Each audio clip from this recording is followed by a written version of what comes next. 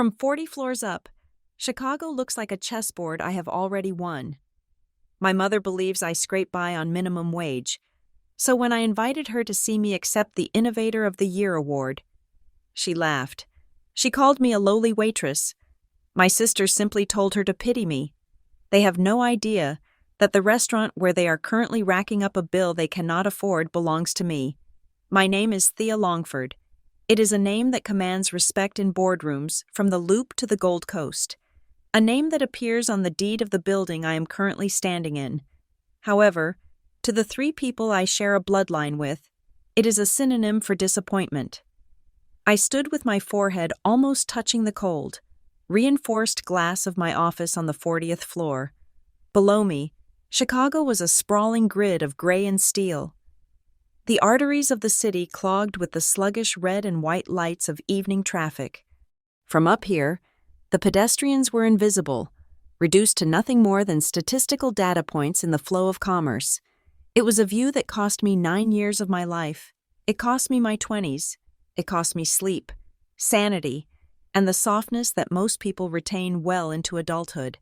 I had traded all of it to build the Meridian Hospitality Group from the ashes of a single, failing diner into an empire. I turned away from the window, the heels of my Louboutins sinking soundlessly into the plush, charcoal carpet. My desk was a vast expanse of mahogany, empty save for a single tablet and my phone. On the tablet screen, the email was still open. Subject: Confirmation, Innovator of the Year Award Ceremony. From the American Service Association. It was the highest honor in our industry. It was an acknowledgement that I had not just survived the cutthroat world of high-end hospitality. I had rewritten the rules. The gala was tonight. In 5 hours, I would be standing on a podium in the Grand Hall, accepting a crystal obelisk that weighed 5 pounds and signified millions in future revenue. And yet, my finger hovered over the messaging app on my phone, trembling imperceptibly. Old habits do not die. They simply go dormant, waiting for a trigger. My trigger was the approval of Robert and Linda Longford. My father, a man who believed his string of failed real estate investments were merely bad luck rather than bad judgment. My mother, a woman who treated social climbing as an Olympic sport. And Bella, my sister. I swiped open the family group chat. The last message was dated 2 months ago. A request from my father for a bridge loan of $10,000, which I had politely declined. The silence since then had been punitive. They knew how to wield silence like a weapon. They knew that despite my corner office, despite the portfolio of 18 restaurants and 3 boutique hotels, part of me was still the 20-year-old girl who dropped out of college to wash dishes because she could not stand the suffocation of their expectations. I needed them there tonight. Not because I needed their love. I had given up on that fantasy years ago. But because a chess player does not leave pieces off the board. If I was going to sever the cord that had choked me for a decade, I needed them to see the blade. I began to type. I deleted the first draft. It was too confident. If I sounded successful, they would not come. They hated my success because it highlighted their mediocrity, to bring them in. I had to play the role they had cast me in. The struggler, the lowly worker bee, the one who needed them. I retyped the message, carefully calibrating every word to simulate humility. Hi, Mom, Dad, Bella. I know it has been a while. I am receiving an award tonight at work. It is a small ceremony for staff, but it would mean a lot to me if you could come. I can get you in. It starts at 7. I hit send. I placed the phone on the desk and sat down in my leather executive chair, turning it to face the city again. Now, the waiting game began. 1 hour passed. The sun began to dip behind the skyline, painting the clouds in bruises of purple and orange. 2 hours passed. I reviewed the quarterly profit and loss statements for our fusion concept in River North. The margins were up by 12%. Excellent. 3 hours. The silence was a calculated insult. In the world of business, a 3-hour delay in communication was a power play. In a family dynamic, it was a statement of worth. They were telling me that my existence was a notification they could swipe away. Finally, the phone buzzed. A single, short vibration that echoed loudly in the silent office. It was Bella. Of course, she would be the first. Bella lived her life through the screen of a smartphone, curating a reality that did not exist. She was 31 years old and listed her occupation as lifestyle consultant, which was a polite way of saying she lived off my father's dwindling credit lines and posted photos of borrowed handbags. There was no text initially, just an image. I tapped the screen to expand it. It was a mirror selfie. Bella was posing in a changing room, wearing a silver floor-length gown with a slit that ran dangerously high up her thigh. Her lips were pursed in a practiced pout, her eyes looking at her own reflection with utter adoration. The caption popped up a second later. "Aw, sorry T. We actually have big plans tonight. Daddy is taking us all to celebrate at Loom. It's impossible to get a table, but Daddy pulled some strings. Maybe next time. Good luck with your thing." I stared at the word, Loom. A dry, sharp laugh escaped my lips. It was a sound devoid of humor. Loom was not just a restaurant. Loom was my masterpiece. It was the flagship location of the Meridian Group. Located on the ground floor of this very building, it held 2 Michelin stars. The waiting list for a Friday night reservation was usually 3 months long. The tasting menu cost $400 per person, excluding wine pairings. My father had not pulled strings. My father did not have strings to pull at Loom, if they had a reservation. It was because someone had canceled at the last minute, or he had leveraged a credit card he had no business using to secure a table through a third-party concierge service at a premium. Before I could process the irony, a second message arrived. This one was from Linda. "Mom. Thea. Honey, we can't make it. We have a serious dinner tonight. I thought you were working the night shift. Did you ask your manager for time off? Be careful. You don't want to lose those hours. And what award is it? Employee of the Month for punctuality?" She included a laughing emoji, tears of joy streaming down a yellow face. Employee of the Month. She thought I was inviting them to watch me receive a paper certificate in a break room smelling of stale coffee and sanitizer. She thought I was still the girl she had seen 5 years ago, wearing a black apron, clearing tables at a charity gala. She had never asked why I was there. She had just assumed. She saw the uniform and stopped looking. I did not type a reply. I did not correct them. I did not type, actually, "Mom, I own Loom. I own the building. I own the chair you are going to sit in and the fork you are going to eat with." To tell them now would be a waste. It would be like revealing the ending of a movie during the opening credits. It would rob me of the look on their faces when the lights went up. Instead, I reached for the landline on my desk. I dialed a 4-digit extension. "Executive office, this is Marcus." My assistant's voice was crisp, efficient. "Marcus," I said, my voice steady, stripped of the familial disappointment I felt only moments ago. "Access the reservation system for Loom for this evening. Look for a booking under the name Robert Longford, or perhaps Bella Longford." I heard the rapid clicking of a mechanical keyboard. Marcus was the best assistant in the city. He did not ask why the CEO was inquiring about a single dinner reservation. "I have it, Ms. Longford," Marcus said after 10 seconds. "Robert Longford, party of 3, table 12, scheduled for 7:30. Table 12. It was a good table, central, meant to be seen, but it was not the right table for tonight. "Move them," I commanded. "Move them to table 4. There was a brief pause on the line. "Table 4, ma'am?" "That's right against the partition glass for the grand hall. It's usually reserved for overflow or privacy. The view isn't optimal for the dining room ambiance." "I know where it is." "Marcus," I said, "move them to table 4 and flag the reservation in the system as VIP red." "VIP red," Marcus repeated. His tone shifted slightly.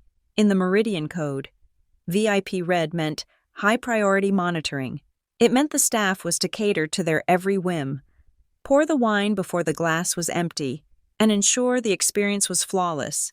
But it also meant surveillance. It meant the floor manager was to keep a specific eye on them. "One more thing," I added, leaning back in my chair, watching the city lights flicker on as the darkness took hold of Chicago. Under the notes section for the reservation, put guest of the owner, but do not, under any circumstances, reveal the identity of the owner. If they ask, tell them the owner prefers to remain anonymous, but wishes them a pleasant evening. Understood, Marcus said. Anything else? Ensure the partition glass between loom and the grand hall is set to opaque until I give the signal. Connect the audio feed from the hall to the private speaker system at table 4. I want them to hear everything, but I don't want them to see anything until I'm ready. Consider it done, Ms. Longford. I hung up the phone. I looked back at the group chat. The mocking emoji was still the last thing on the screen, just a lowly waitress. My mother's voice echoed in my head. A memory from years ago that had calcified into a diamond-hard grudge. Just a girl who cleans up after the real people. They were going to loom to celebrate their imagined superiority. They were going to spend money they did not have to impress people who did not care, all to maintain a facade that was crumbling around them. They thought they were the main characters in a story about prestige and glamour. They were wrong. I stood up and walked over to the wardrobe built into the paneling of my office wall. I opened it, revealing the dress I would wear later, a deep blood-red velvet gown that cost more than my father's car, but next to it hung a simple black blazer and trousers. I would play my part. I would let them have their appetizer. I would let them sip their wine and laugh about my Employee of the Month award. I was not just inviting them to a ceremony. I was not just inviting them to dinner. I looked down at the city one last time, a predator observing the jungle from the canopy. I was inviting them into a slaughterhouse, and I was the one holding the bolt gun. Robert Longford adjusted his silk bow tie in the hallway mirror, his hands trembling just enough to make the knot crooked. He swore under his breath, a sharp expletive that bounced off the marble floors of the foyer. To the casual observer, the Longford residence in Lake Forest was a monument to old money and stability. The ceilings were high, the crown molding was intricate, and the chandelier overhead was a cascading waterfall of crystal. But Robert knew the truth. The chandelier had a bulb out that he could not afford to hire a specialist to replace, and the house itself was leveraged to within an inch of its life. He checked his phone, not for messages, but for the banking app he had opened and closed 10 times in the last hour. The numbers were red. Angry red. His latest venture, a luxury condominium complex in the suburbs that he had assured Linda was a sure thing, had stalled. The contractors had walked off the job 3 days ago due to non-payment. He was currently floating on 3 different credit cards, shuffling debt from one to the other, like a magician performing a trick that the audience was beginning to see through. Robert, does this look like too much? Linda descended the staircase. She was wearing a gown of shimmering gold sequins that hugged a figure maintained by expensive Pilates classes and even more expensive juice cleanses. Around her neck sat a diamond necklace that Robert had bought her 10 years ago, back when the money was actually real. Now, it was the only liquid asset they had left, though Linda would die before she let him pawn it. "You look expensive," Robert said, forcing a smile. It was the highest compliment he knew how to give. "Perfect for loom." "I heard it is impossible to get a table," Linda said, pausing to check her reflection in the same mirror, pushing Robert slightly out of the frame. "Sherry from the country club said she has been on the wait list for 6 months. When I told her we were going tonight, she nearly choked on her gin and tonic." "I have my ways," Robert lied smoothly. He did not mention the exorbitant concierge fee he had charged to a card that was already 90% utilized. "We are Longfords. Linda. Doors open for us." "They better," she muttered, adjusting an earring. "We need good news. Have you spoken to Bella? She has been in the bathroom for 2 hours. Let her be. She is preparing. Tonight is important for her, too." Tonight was, in fact, critical. The unspoken strategy for the evening was not just to enjoy a meal. It was a hunting expedition. Bella had tipped them off that Jonathan Sterling, the 30-year-old CEO of a massive fintech startup, was rumored to be dining at Loom tonight. Bella had been tracking his location via Instagram stories like a digital predator. If she could engineer a chance encounter, a dropped napkin, A shared glance. It could solve everything. A wedding into the Sterling family would not just secure Bella's future, it would bail Robert out of the hole that was rapidly becoming a grave. "Bella," Linda called out, her voice shrill. "The car is here." A moment later, Bella appeared at the top of the stairs.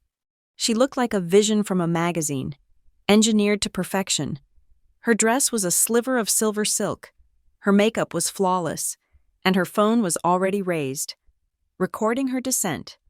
"Hey guys," she said to her camera, her voice pitching up an octave into her influencer persona.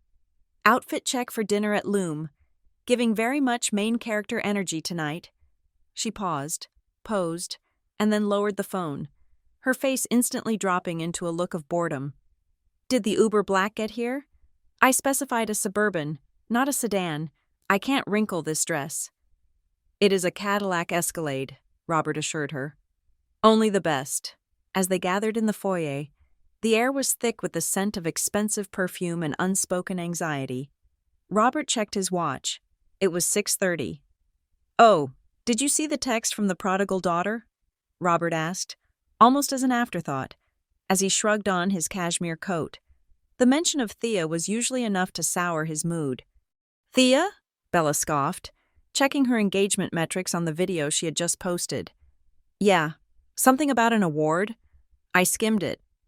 "She wants us to come to her workplace," Linda said, rolling her eyes as she picked up her clutch. "Can you imagine? I told her we were busy. I mean, honestly, does she have no concept of scheduling? You cannot just invite people to a ceremony on the same day. It is rude." "She thinks the world revolves around her little struggles," Robert grumbled, opening the heavy front door. The cold Chicago wind bit at their faces, a stark reminder of the reality outside their bubble. "I asked her for a small loan last month, just to tide us over until the condo deal closes. She said no, said her money was tied up in investments. Investments, as if a waitress has a portfolio."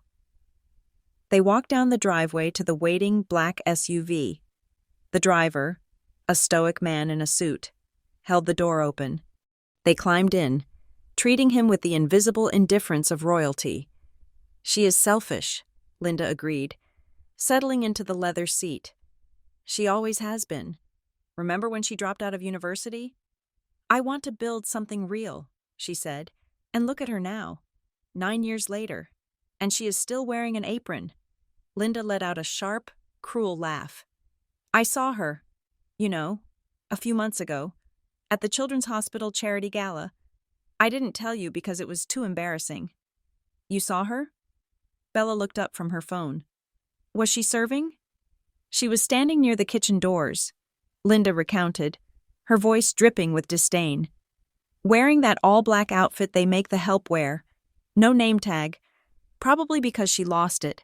She was staring at the waiters, probably wishing she was allowed to hold the champagne tray.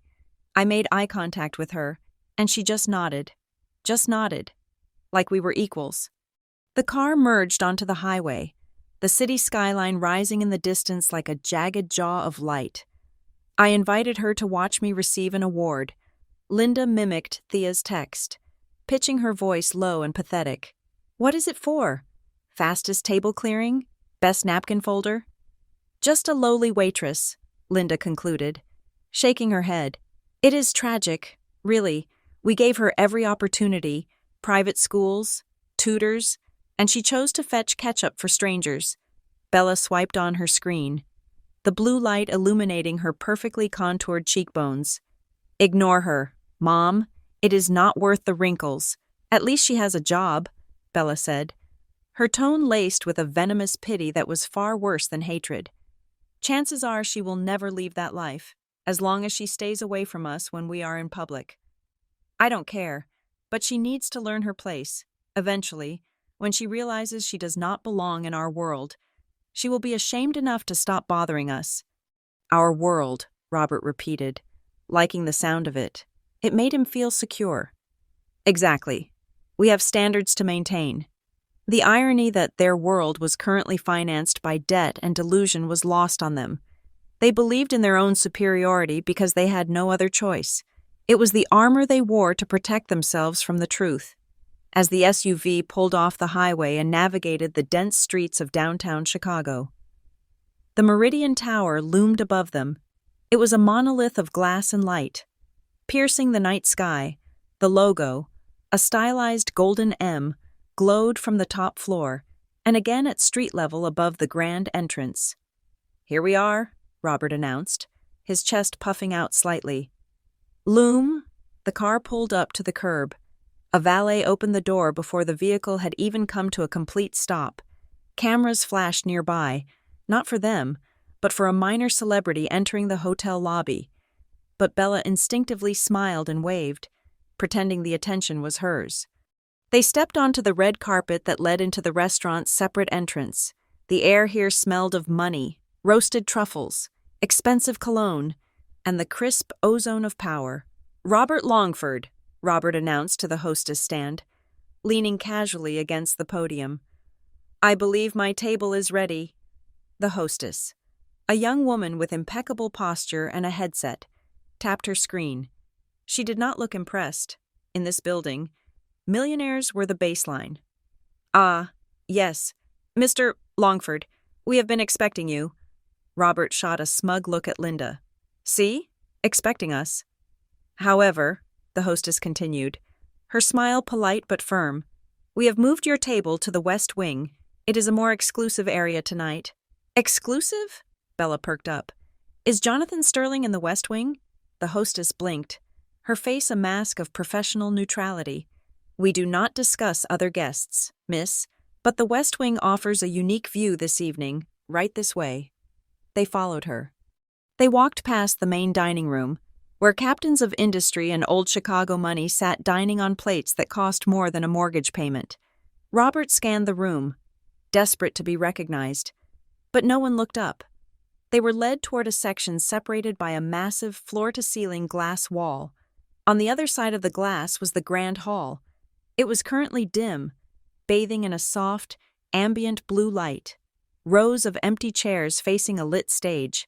It looked like a theater waiting for a performance. "Why are we sitting next to an empty ballroom?" Linda asked, wrinkling her nose. "I wanted a window seat facing the street." "This is the owner's preferred section," the hostess said smoothly. "Please, enjoy." She pulled out their chairs. They sat, the proximity to the glass making them feel like they were in an aquarium. Meanwhile, 40 floors above them, the atmosphere was very different. Thea Longford stood at a digital console in her private suite. The screen displayed a live feed of the restaurant floor. She watched her family take their seats. She saw her mother critique the tablecloth. She saw her father check his reflection in a spoon. She saw Bella immediately open her front-facing camera to document the exclusive seating. "They are seated, Ms. Longford," Marcus said, standing behind her with a tablet. "The kitchen is prepping their first course, the amuse-bouche, a hollowed-out eggshell filled with truffle foam. I thought the metaphor was appropriate." Thea's lips quirked in a humorless smile. "Subtle, Marcus, very subtle." "I have the guest list for the main dining room," Marcus continued. "You were right. Jonathan Sterling is at table 8. He is alone, reading a book. And let me guess," Thea said, zooming in on the camera feed to Bella's phone screen, which was visible due to the high resolution. "Bella knows he is here." "She does. She is already scanning the room." "Perfect." Thea swiped the screen, bringing up the layout of the grand hall next door. "Is the partition glass ready?" "The smart glass is currently set to 10% opacity. They can see vague shapes in the hall, but nothing clear. When you give the cue, we will clear it to 100% transparency. They will be sitting front row center, practically on stage with you." Thea looked at the image of her family. They looked so small on the screen. Small, petty people trapped in a box of her making. "And the investor list for the ceremony?" "All present," Marcus confirmed. 3 senators, the mayor, and the entire board of the American Service Association. Oh, and Mr. Sterling has a ticket to the ceremony as well. He is expected to move from the restaurant to the hall in 20 minutes. Thea nodded. The pieces were locking into place. Bella was hunting a man who was about to walk into the very room where Thea would be crowned queen. When Bella tried to follow him, she would hit the glass wall. "Time to go down," Thea said, smoothing the lapel of her black blazer. She was not wearing the red dress yet. First, she had to play the ghost. "Remember, Marcus," she said, pausing at the door. "Make sure the audio feed from the podium is routed directly to their table speaker. I want them to hear every word. I want them to hear the applause." "It is already done." Thea stepped into the private elevator. As the doors closed, she checked her watch. It was 6:50. In 10 minutes, the lowly waitress would go to work. But tonight, she wasn't serving food. She was serving justice, cold and absolute. Down in the restaurant, Linda picked up the menu. "No prices," she whispered to Robert, impressed despite herself. "That means it is expensive." "Order whatever you want," Robert said, his voice cracking slightly as he mentally calculated the limit on his last functioning Amex. "We are celebrating." "Celebrating what?" Bella asked, distracted, craning her neck to look for Jonathan Sterling. "Celebrating us," Robert said, raising his water glass. "The Longfords. We always rise to the top." Behind the glass wall, a technician tested a spotlight. It swept across the empty stage, a silent harbinger of the show that was about to begin. The Longfords did not notice. They were too busy looking at themselves. 30 minutes before my family's sedan pulled up to the curb. I was not in the penthouse suite, nor was I in the boardroom. I was where I truly belonged, in the heat of the line. I entered Loom through the service entrance, bypassing the marble foyer for the loading dock. The air here was different. It did not smell of expensive perfume or desperation. It smelled of roasted veal bones, reduction sauces, and the sharp, metallic tang of ozone from the commercial dishwashers. This was the engine room. This was the heart. As I pushed through the swinging double doors into the main kitchen, the chaotic symphony of dinner service hit me. It was a noise I found more soothing than any classical concerto. Plates clattered, pans hissed as they hit open flames, and the rhythmic thud-thud-thud of knives against cutting boards provided the tempo. "Behind!" a commie chef shouted, carrying a tray of hot oil. Before realizing who I was, he froze, nearly dropping the tray. "Keep moving." "David," I said, not breaking my stride. "The scallops wait for no one." "Yes, chef, sorry, Ms. Longford." The kitchen at Loom was designed like a submarine, tight, efficient, and lethal if you didn't know your place. As I walked down the center aisle, the dynamic shifted, the chatter died down. Back straightened, the executive chef, a volatile Frenchman named Laurent, who usually screamed at anyone who breathed too loudly, looked up from the pass. "Thea," Laurent nodded. He was one of the few who called me by my name, a privilege earned the night I jumped onto the sauté station when his lead line cook walked out 3 years ago. "We are fully booked. 120 covers." "I know," I replied, scanning the tickets hanging on the rail. "Table 4 is the priority tonight. Laurent, the tasting menu, pace it slowly. I want them to have time to look around." Laurent smirked. He knew something was afoot, but he knew better than to ask. "Understood, but we have a problem." I stopped. "What kind of problem?" "Service side." Laurent gestured to the front-of-house manager, Henri, who was looking pale. "Sarah and Michael both called in with food poisoning. We are down 2 servers for the VIP section. I have no one to run the pass for the Grand Hall transition." Panic flickered in Henri's eyes. A shortage of 2 senior servers on a night like this was a disaster. It meant slower service, cold food, and mistakes. In the hospitality industry, mistakes were the death of reputation. I checked the time on the digital clock above the walk-in freezer. 6 o'clock. My family would be here in 30 minutes. "Henri," I said, my voice cutting through the kitchen noise, "pull Martinez from the bar. He knows the wine list better than Michael anyway. Move Clara from the private dining room to the main floor. Her section is empty until 8 o'clock, and tell the runners that for the next 2 hours, they are not just running food, they are clearing. I want a full sweep every 15 minutes. But Martinez isn't trained on the tableside carving for the duck, Henri stammered. Then take the duck off the specials for tonight and push the Wagyu, I ordered. It has a higher margin and requires less tableside theater. Do it, now, Henri blinked. The solution processing in his brain, it was simple, brutal efficiency. Yes, Ms. Longford. He scrambled away to execute the orders. 3 minutes. That was all it took to avert a crisis. I walked over to the dish pit. The steam was thick here, rising from the massive conveyor belt machine. A young man, barely 18, was scrubbing a burnt pot with frantic intensity. I watched him for a moment. 9 years ago. That was me. The memory hit me with the force of a physical blow. I was 20 years old, standing in the back of a greasy diner on the south side.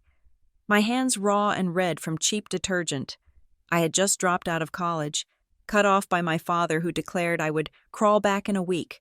I was making $7.25 an hour. I slept in a studio apartment that smelled of mildew and had a view of a brick wall. But I learned that the dishwasher is the most important person in the restaurant, because if the plates aren't clean, the food doesn't go out. I watched the cooks. I learned to prep. I learned inventory. I learned that a restaurant is a living organism that eats money if you don't control it. I saved every cent. I didn't buy clothes. I didn't go out. When a failing Italian bistro in a bad neighborhood went up for auction, I used my savings and a high-interest loan from a venture capital group that preyed on desperate startups to buy it. Everyone said I was insane. My mother told her friends I was going through a phase. I slept on the floor of that bistro for 6 months. I rewrote the menu. I painted the walls myself. I fired the thieves and hired the hungry. 6 months later, we were profitable. 2 years later, I bought the building. 5 years later, I bought the block. Now, I owned the skyline. I snapped back to the present. The young dishwasher looked up, terrified to see the owner watching him. You're using too much steel wool on the non-stick, I said softly. Soak it in the enzyme solution first. It saves your arm and saves my pans. He nodded, wide-eyed. Yes, ma'am. I turned and exited the kitchen, heading for the staff locker rooms. I had my own suite upstairs. But tonight, I needed to transform down here. In the trenches. I opened my locker. Yes, I still kept one. Inside hung a black suit. It was distinct from the server uniforms, which were Mandarin collar tunics, but it was severe enough to be ambiguous. It was a suit that said management, but to a family like mine, who only recognized brands like Gucci and Prada. It would look like a uniform. It was functional, sharp, invisible. I stripped off my cashmere sweater and slipped into the crisp white shirt and the black blazer. I tied my hair back into a tight, severe bun, no jewelry, no watch, just the earpiece I hooked over my left ear. Comms check, I whispered. Loud and clear. Ms. Longford, the head of security replied in my ear. Status on the targets? Vehicle arriving at the curb now. I moved to the security office located just behind the reception desk. It was a small, windowless room lined with monitors covering every square inch of the Meridian property. Bring up camera 2 and the audio feed from the host stand. I commanded the guard on duty. On the screen, I saw them. My father, Robert, looked smaller on camera than I remembered. His posture slumped until the moment the valet opened the door, at which point he inflated like a pufferfish. My mother, Linda, was smoothing her dress, her eyes darting around to see who was watching, and Bella was already filming. I poured myself a glass of single malt scotch from the bottle I kept in the safe. I did not drink often, but tonight required a toast to the beginning of the end. I watched as they approached the host stand. I could hear their voices clearly through the microphone on the hostess's lapel. Robert Longford, my father said. The arrogance in his voice was tinny through the speakers, distorted by the digital compression. I believe my table is ready. I took a sip of the scotch. It burned, a pleasant fire in my chest. Ah, yes, Mr. Longford, the hostess replied. She was following the script perfectly. We have moved your table to the west wing. I saw my mother's face contort on the high-definition screen.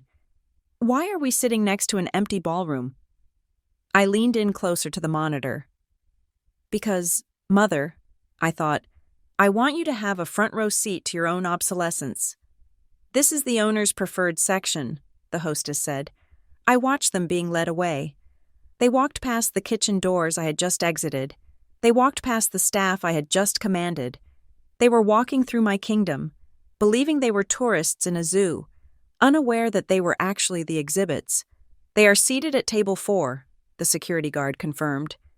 Smart glass is active. They can't see into the hall. Good, I said, swirling the amber liquid in my glass. Keep the camera on them. I want to see their faces when the first appetizer arrives, and let me know the second Jonathan Sterling moves from his table. I watched my sister, Bella, immediately begin snapping selfies, adjusting the table lamp to get better lighting. She looked desperate, a beautiful hollow shell hunting for a hermit crab to fill her void. Enjoy your dinner, I whispered to the screen. I finished the scotch in one swallow and set the glass down on the console. The burning sensation in my throat faded, replaced by a cold, crystalline focus.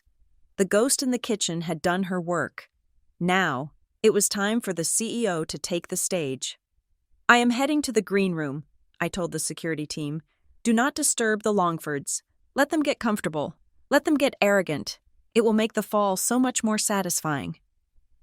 I walked out of the security office, moving through the back corridors towards the grand hall. The walls here were concrete, unseen by the guests. My footsteps echoed, sharp and deliberate. Every step took me further away from the girl who washed dishes and closer to the woman who was about to rewrite her history. The game was in motion, and the pawns had no idea they were already in check. The atmosphere inside Loom was calibrated to a frequency of hushed reverence, the kind of silence that money buys. It was a soft, acoustic dampening created by velvet drapes, thick carpets, and the unspoken agreement among the guests that loud noises were for the poor. From my vantage point in the darkened corridor leading to the restrooms, a strategic choke point I knew my family would eventually have to navigate, I could feel the tension radiating from table 4 like heat from a dying star. I had moved from the security office to the floor, positioning myself in the shadows of the architectural pillars. I did not need a camera to know what was happening at that table. I knew the players too well. Robert was sweating. I could see the sheen on his forehead even from 20 feet away. He was holding the wine list, a leather-bound tome that weighed 3 pounds, and his eyes were darting rapidly across the pages. He was not looking for flavor profiles or regions. He was hunting for the lowest number that would still allow him to save face.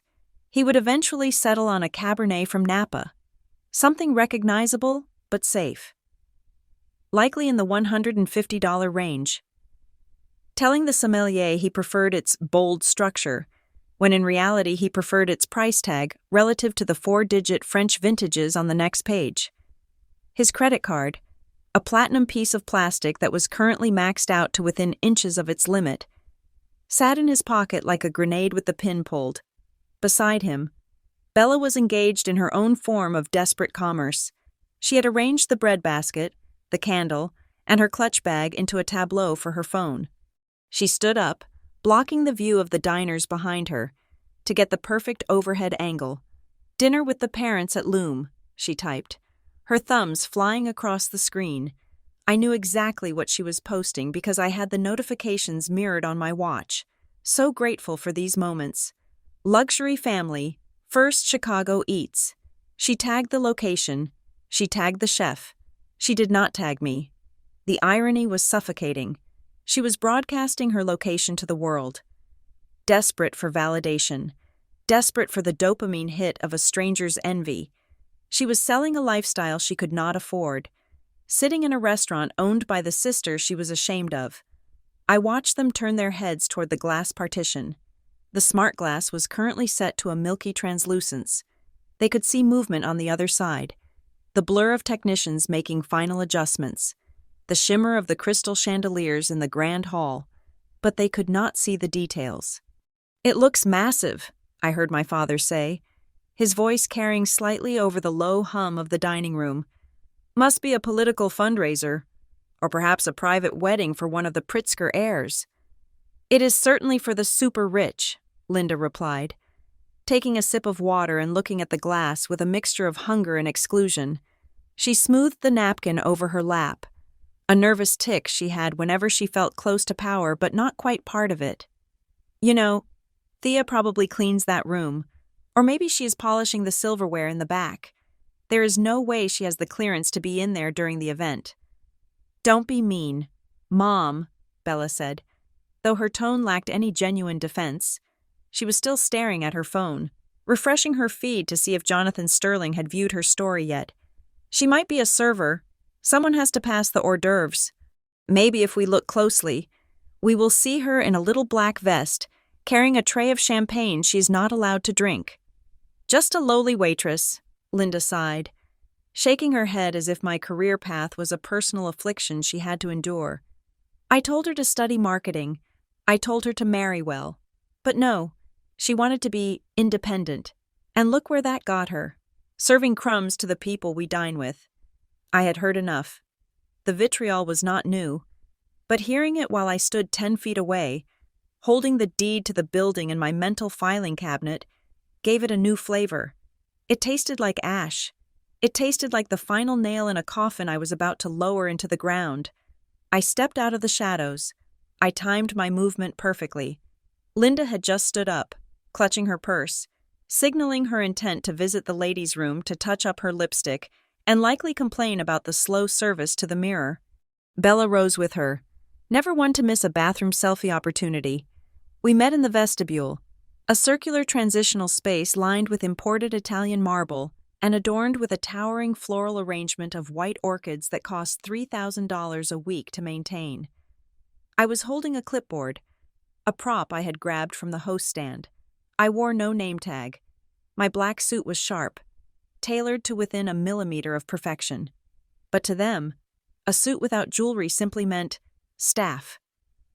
Linda stopped short when she saw me. Her eyes widened, not with pride, but with the sudden, sharp annoyance of someone running into a former employee they had fired. "Thea?" she exclaimed, her voice pitching up. She looked around quickly to see if anyone important had noticed us. "What are you doing here? I thought you were working the floor." "I am working. Mother," I said. My voice was calm, devoid of the tremor that used to plague me when I confronted her in my 20s. "I am managing the flow of the evening." Linda scanned my outfit, her eyes lingering on the lack of a logo or badge. She misread the minimalism for lack of status. In her world, if you were important, you wore a label. If you were staff, you wore a uniform. She could not conceive of a level of power that required neither. "Well, thank goodness you are not in that dreadful apron," she said. Stepping closer, she thrust her heavy fur coat toward me. It was a mink, vintage, shedding slightly at the cuffs, but she carried it like it was the royal mantle. "Here, take this." The coat check girl was taking too long, and I didn't want to wait. "Hang it up for me, and be careful with it. That coat is worth more than you make in a year." The insult was so casual, so practiced. It was a reflex. I looked at the bundle of dead animal fur in her hands. Then I looked at her eyes. They were hard, expectant. She was waiting for me to apologize, to curtsy, to take the burden from her. I reached out and took the coat. It was heavy, smelling of mothballs and the cloying, floral perfume she had worn since I was a child. "I will look after it, Mother," I said, draping it over my arm. "You won't have to worry about it." Bella stepped up beside her, looking me up and down with a smirk that was equal parts pity and amusement. "Hey, T," she said, using the childhood nickname she knew I hated. "Busy night, huh? Dad was complaining about the wine prices.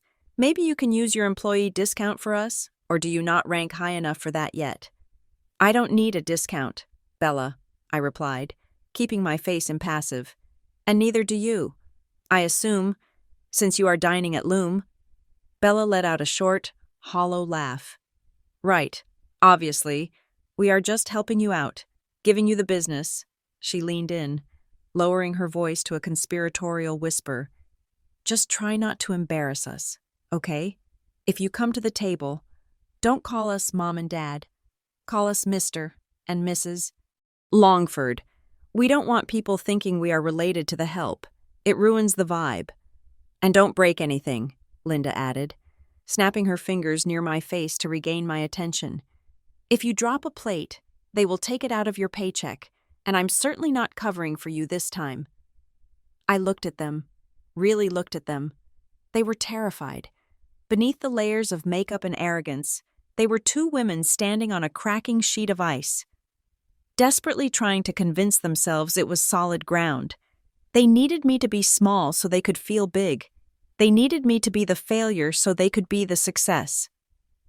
You don't have to worry about the plates, I said, my voice dropping an octave, taking on the steel timbre I use during board meetings. And you don't have to worry about who I am tonight, because tonight I am the person who decides who gets to stay in this building and who has to leave. The silence that followed lasted 3 seconds. Linda blinked, confused by the tone but unable to decipher the subtext. She processed the words through her own filter of superiority and arrived at the only conclusion her ego would allow. Security? She laughed, a harsh, barking sound. You are working security now? Or are you the hostess manager? Well, good for you. A promotion is a promotion, I suppose. Just make sure you keep the riffraff out. We don't want our evening spoiled. Exactly, Bella said, checking her reflection in the darkened glass of a display case. Keep the losers out. T, that is your job. I intend to, I said. They turned their backs on me.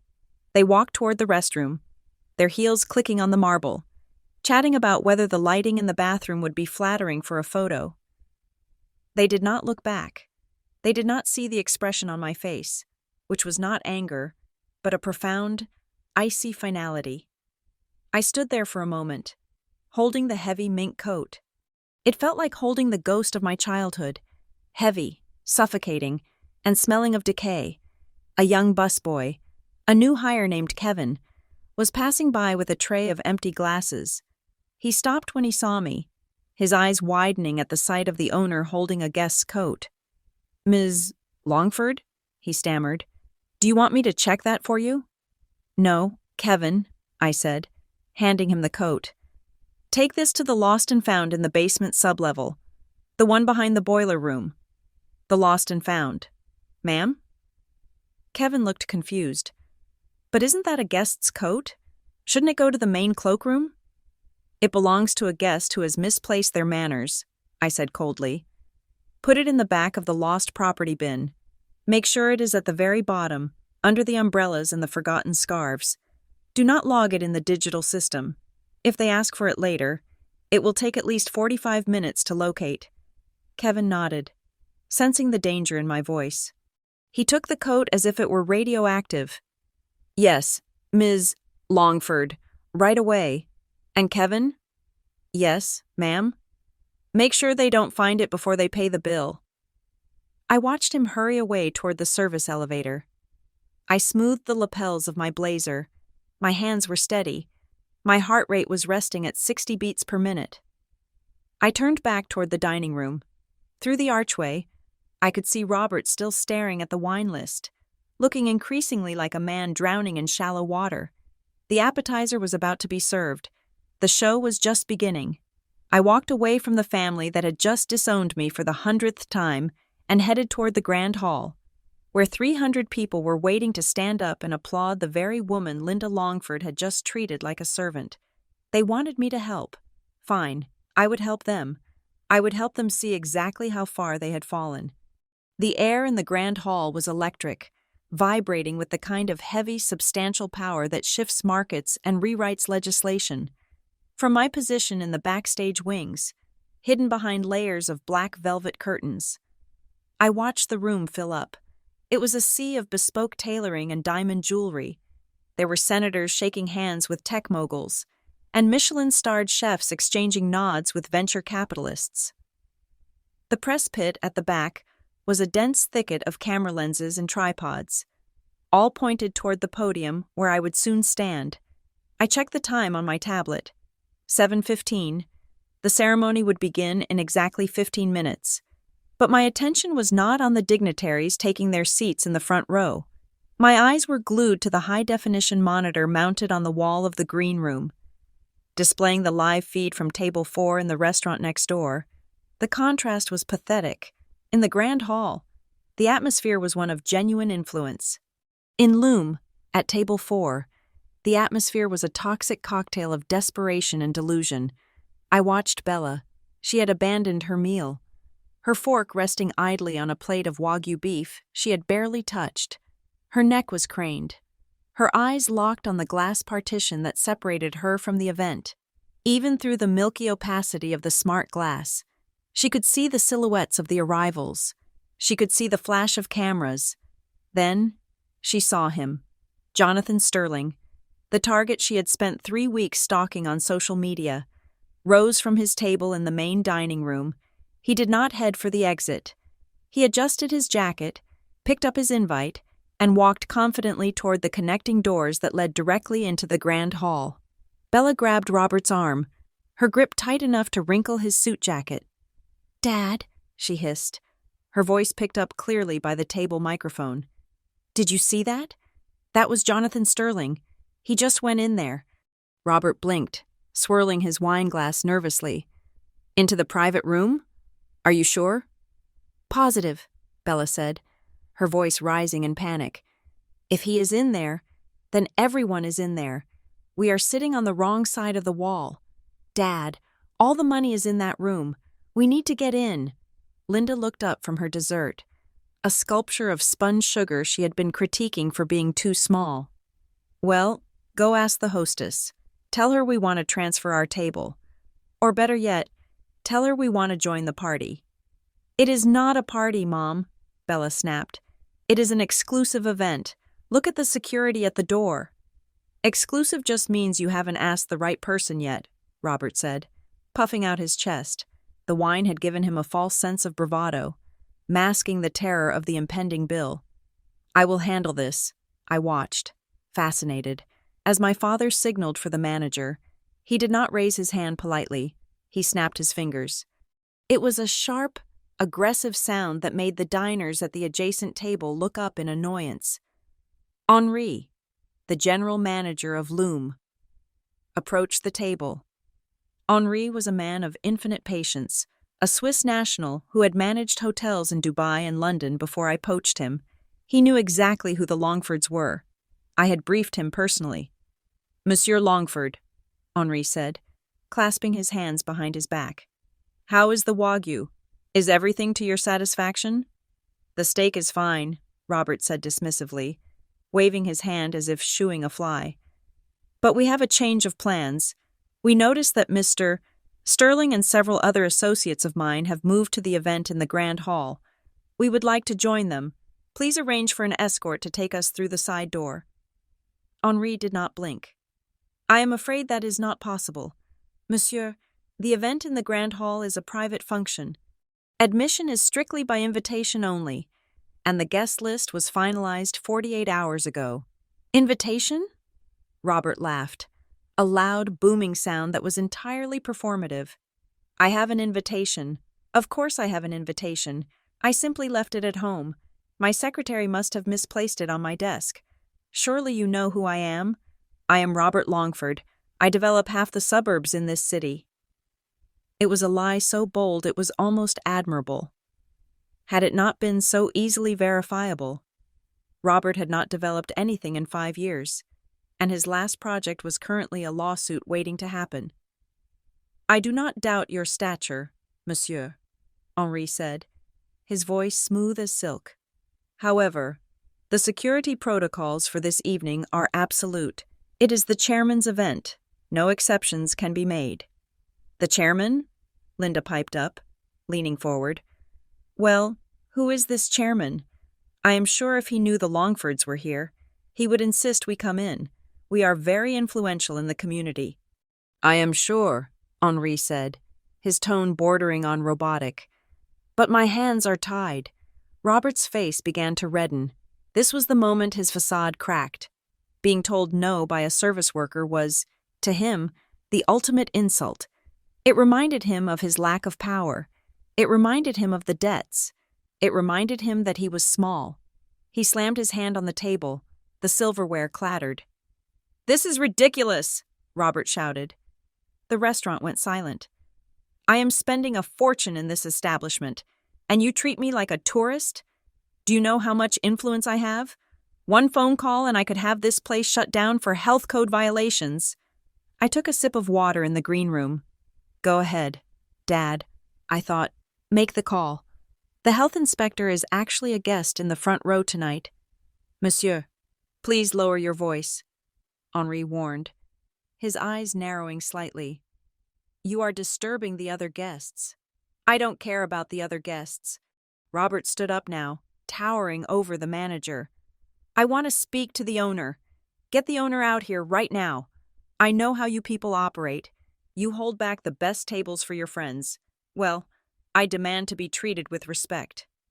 "The owner is currently occupied," Henri said coldly. "Occupied doing what? Counting my money?" Robert sneered. Then, Linda played the card I had been waiting for. The ace of spades she thought was a trump card, but was actually a suicide note. She reached out and grabbed Henri's sleeve.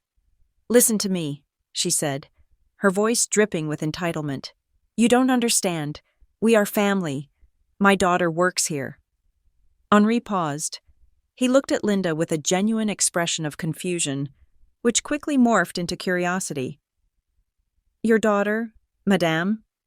"Yes, my daughter," Linda exclaimed triumphantly. "Her name is Thea Longford. She has worked for this company for years. She is probably a manager or a supervisor by now. Go find her. Tell her Robert and Linda are here. Tell her to come out here and vouch for us. She will get us in." Bella nodded vigorously. "Yes, get Thea. Tell her to stop hiding in the back and come fix this. God, she is so useless if she can't even get her own family into a party." I watched Henri's face on the monitor. It was a masterclass in micro-expressions. First, there was shock. Then, a dawn of realization. He looked from Robert, red-faced and sweating, to Linda, smug and grasping, to Bella, entitled and vacuous. He realized in that second that they truly did not know. They did not know they were demanding to see the woman who signed his paycheck.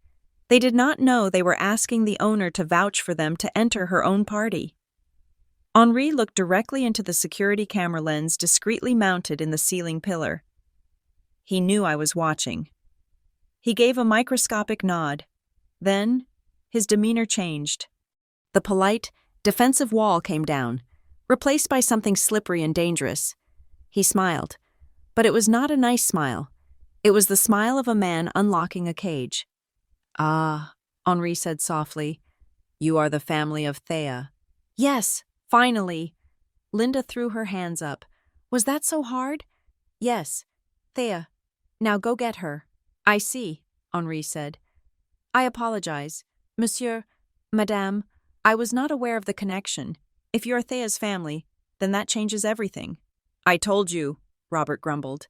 Sitting back down and adjusting his jacket, smugness returning to his face like a rash.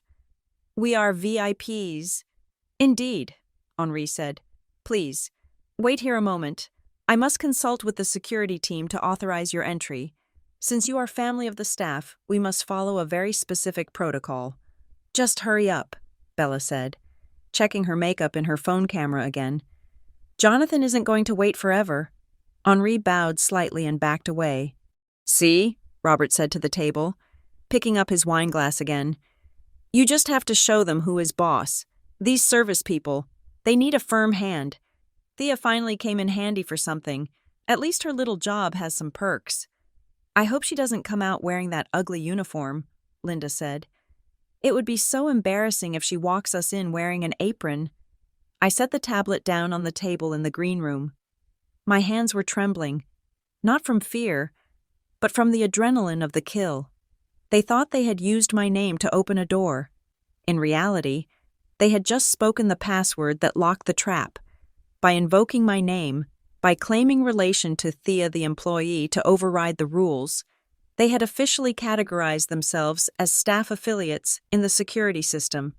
And in the Meridian Group, when a staff member's family causes a scene and demands access to the chairman's private event, the protocol is not hospitality. The protocol is containment and humiliation. I tapped my earpiece. Marcus? I heard everything, Ms. Longford, Marcus replied, his voice crisp in my ear. Henri handled it perfectly. Execute Protocol 7, I said. They want to come in? Fine. Let them believe they are coming in. But do not bring them through the side door. I want the partition wall prepared. Protocol 7? Marcus sounded hesitant for a fraction of a second. That routes the audio from the stage directly to their table at maximum volume and synchronizes the glass transparency with the spotlight. It is theatrical. They wanted a show. Marcus, I said, standing up and smoothing the red velvet of my gown. Let's give them the best seats in the house. Understood. Security is moving into position behind their table now. They won't be able to leave until the presentation is over. I walked toward the stage entrance. The lights in the grand hall were dimming. The murmur of the crowd died down. Back at table 4, Robert was pouring the last of the wine, celebrating his victory. He thought he had bullied his way to the top. He had no idea he was sitting on a trapdoor, and I was holding the lever. Ladies and gentlemen, the voice of the announcer boomed through the hall and simultaneously, through the hidden speakers directly above my family's heads at Loom. Please take your seats. The ceremony is about to begin. Robert looked at the glass wall. Here we go, he said, grinning. They are going to let us in any second. He was right, but not in the way he thought, from the sanctuary of the green room. I watched the final act of the tragedy begin. It was not a tragedy for me, of course. For me, it was a comedy, albeit one written in the ink of vengeance and seasoned with the bitter herbs of 90 years of collective family neglect. On the high-definition monitor, the feed from Table 4 was crystal clear. My family was trapped in a purgatory of their own making, waiting for a VIP escort that did not exist, to a party they were not invited to meet people who would not look at them if they were on fire. They had finished the Wagyu. The plates had been cleared by a busboy who looked terrified of Linda's scrutiny.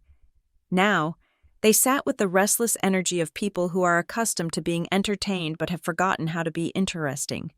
Linda reached into her purse, a knockoff designer bag that she treated with the reverence of a holy relic, and pulled out her phone. The screen's glow illuminated her face, highlighting the deep lines of dissatisfaction etched around her mouth. She was not checking her stocks, for she had none. She was not checking the news, for she did not care. She was digging up old ammunition. Listen to this again, Robert, Linda said, her voice carrying clearly through the surveillance audio. She held the phone out as if reading a royal decree. I just want to make sure I didn't hallucinate the sheer audacity of this child.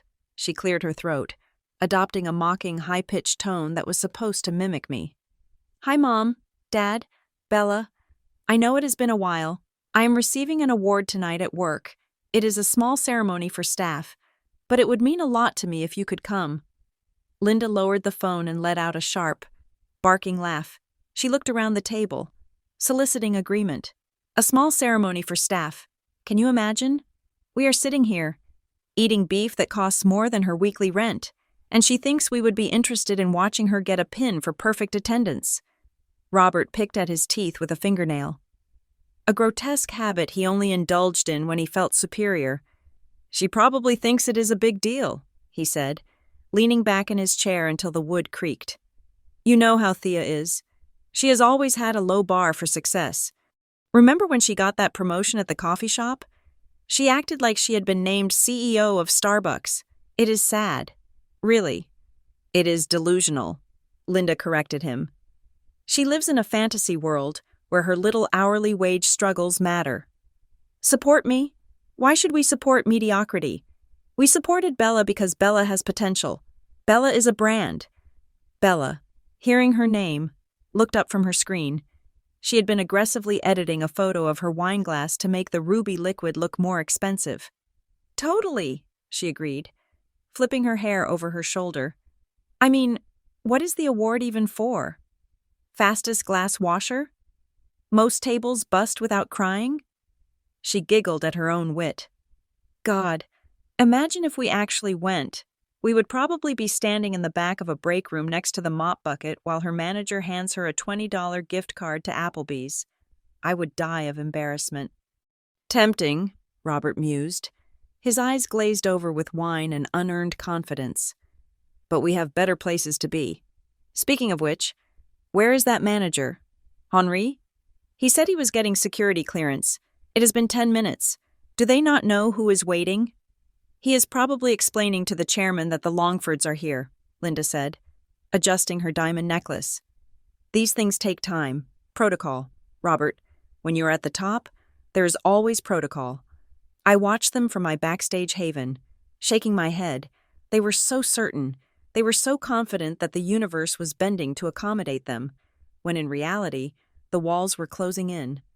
I tapped the command console on the desk in front of me. Lighting Q4, I spoke into the microphone, and activate the partition transparency sequence. Slow fade, 10 seconds. Copy that.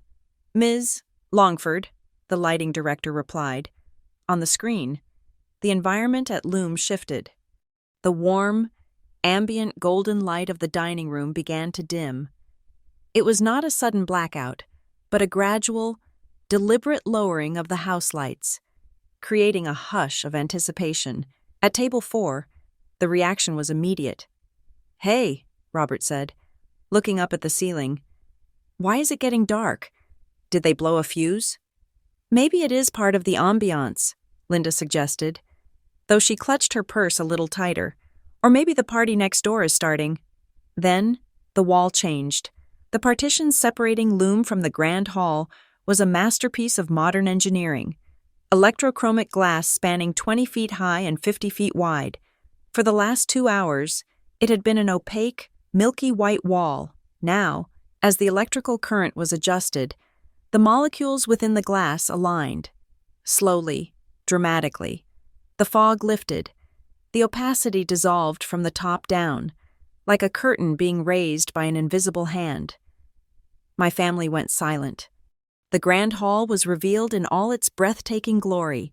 It was a cavernous space of vaulted ceilings and velvet walls, crystal chandeliers, each the size of a small car, hung suspended like frozen fireworks. The room was packed with 500 of the most powerful people in the Western Hemisphere.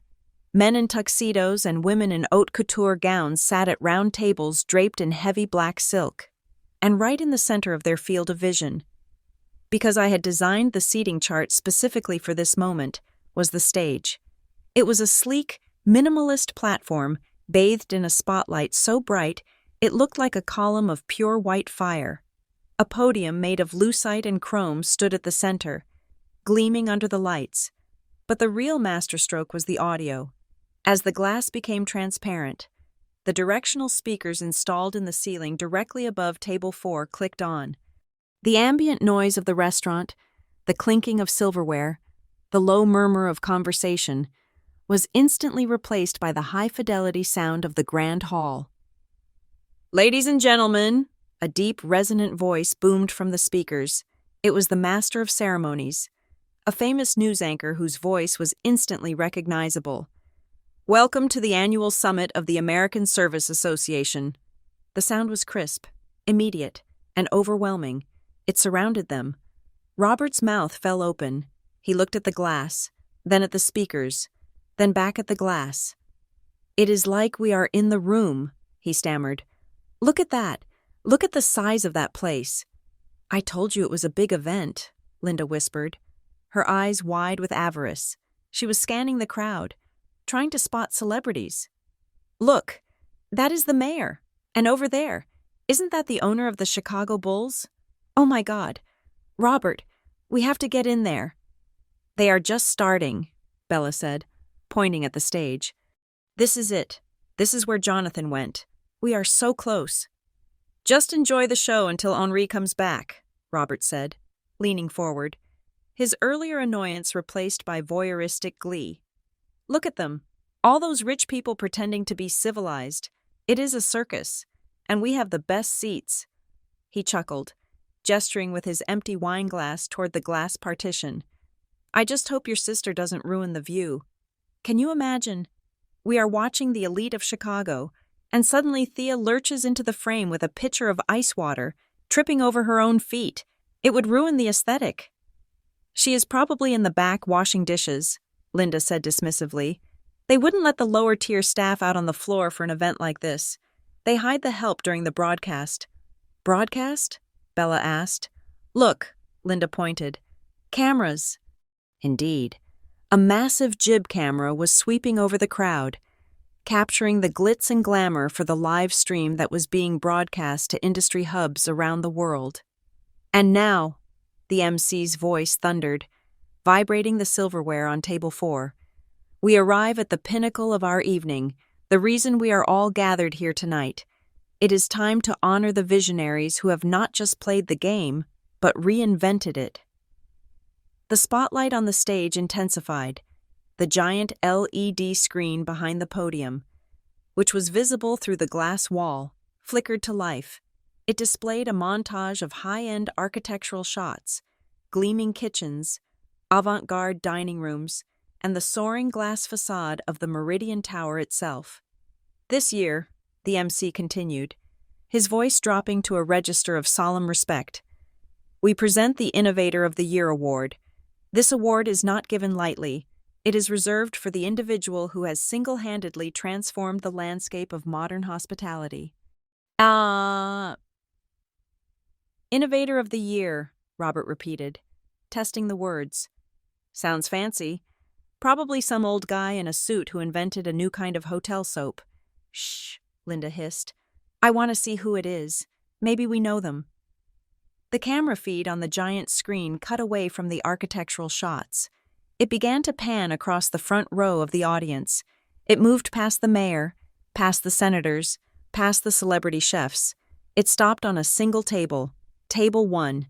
It was the table of honor, situated directly in front of the podium, but unlike the other tables, which were crowded with people, this table was empty save for one chair. The camera zoomed in. The image on the screen was massive. Each pixel was sharp enough to cut. The focus tightened on the elegant, gold-lettered place card sitting on the velvet tablecloth. Thea Longford, CEO-founder, Meridian Hospitality Group. The name filled the screen. It was 50 feet high. It loomed over the grand hall, and through the glass, it loomed over my family. For a moment, nobody at table 4 breathed.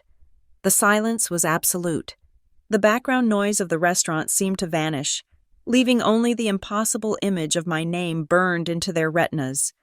Bella was the first to react.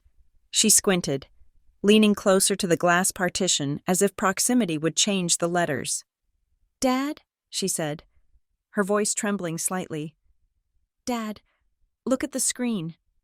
I see it, Robert mumbled, his brain misfiring as it tried to process the data. Thea Longford. Huh. It says CEO, Bella said. And founder. Dad, why does it say that?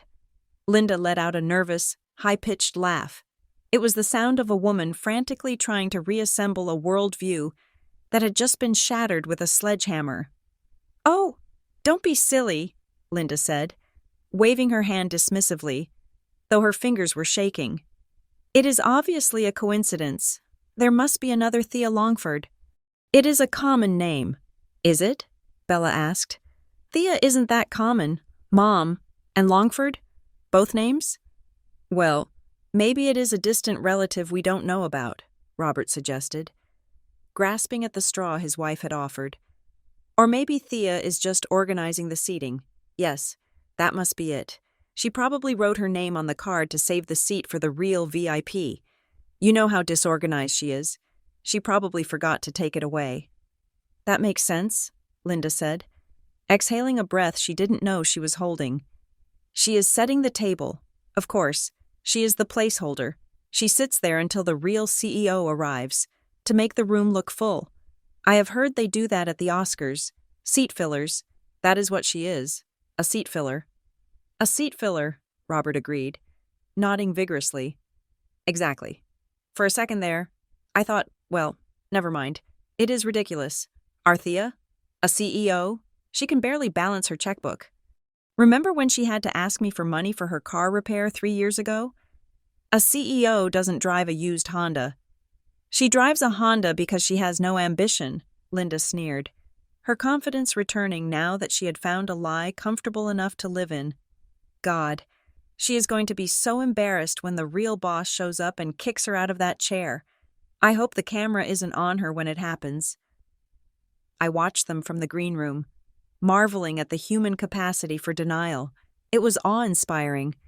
They were staring at the truth. It was written in 10-foot-tall golden letters, and they were actively rewriting reality to fit their narrative. They could not accept that I was successful because that would mean they were wrong.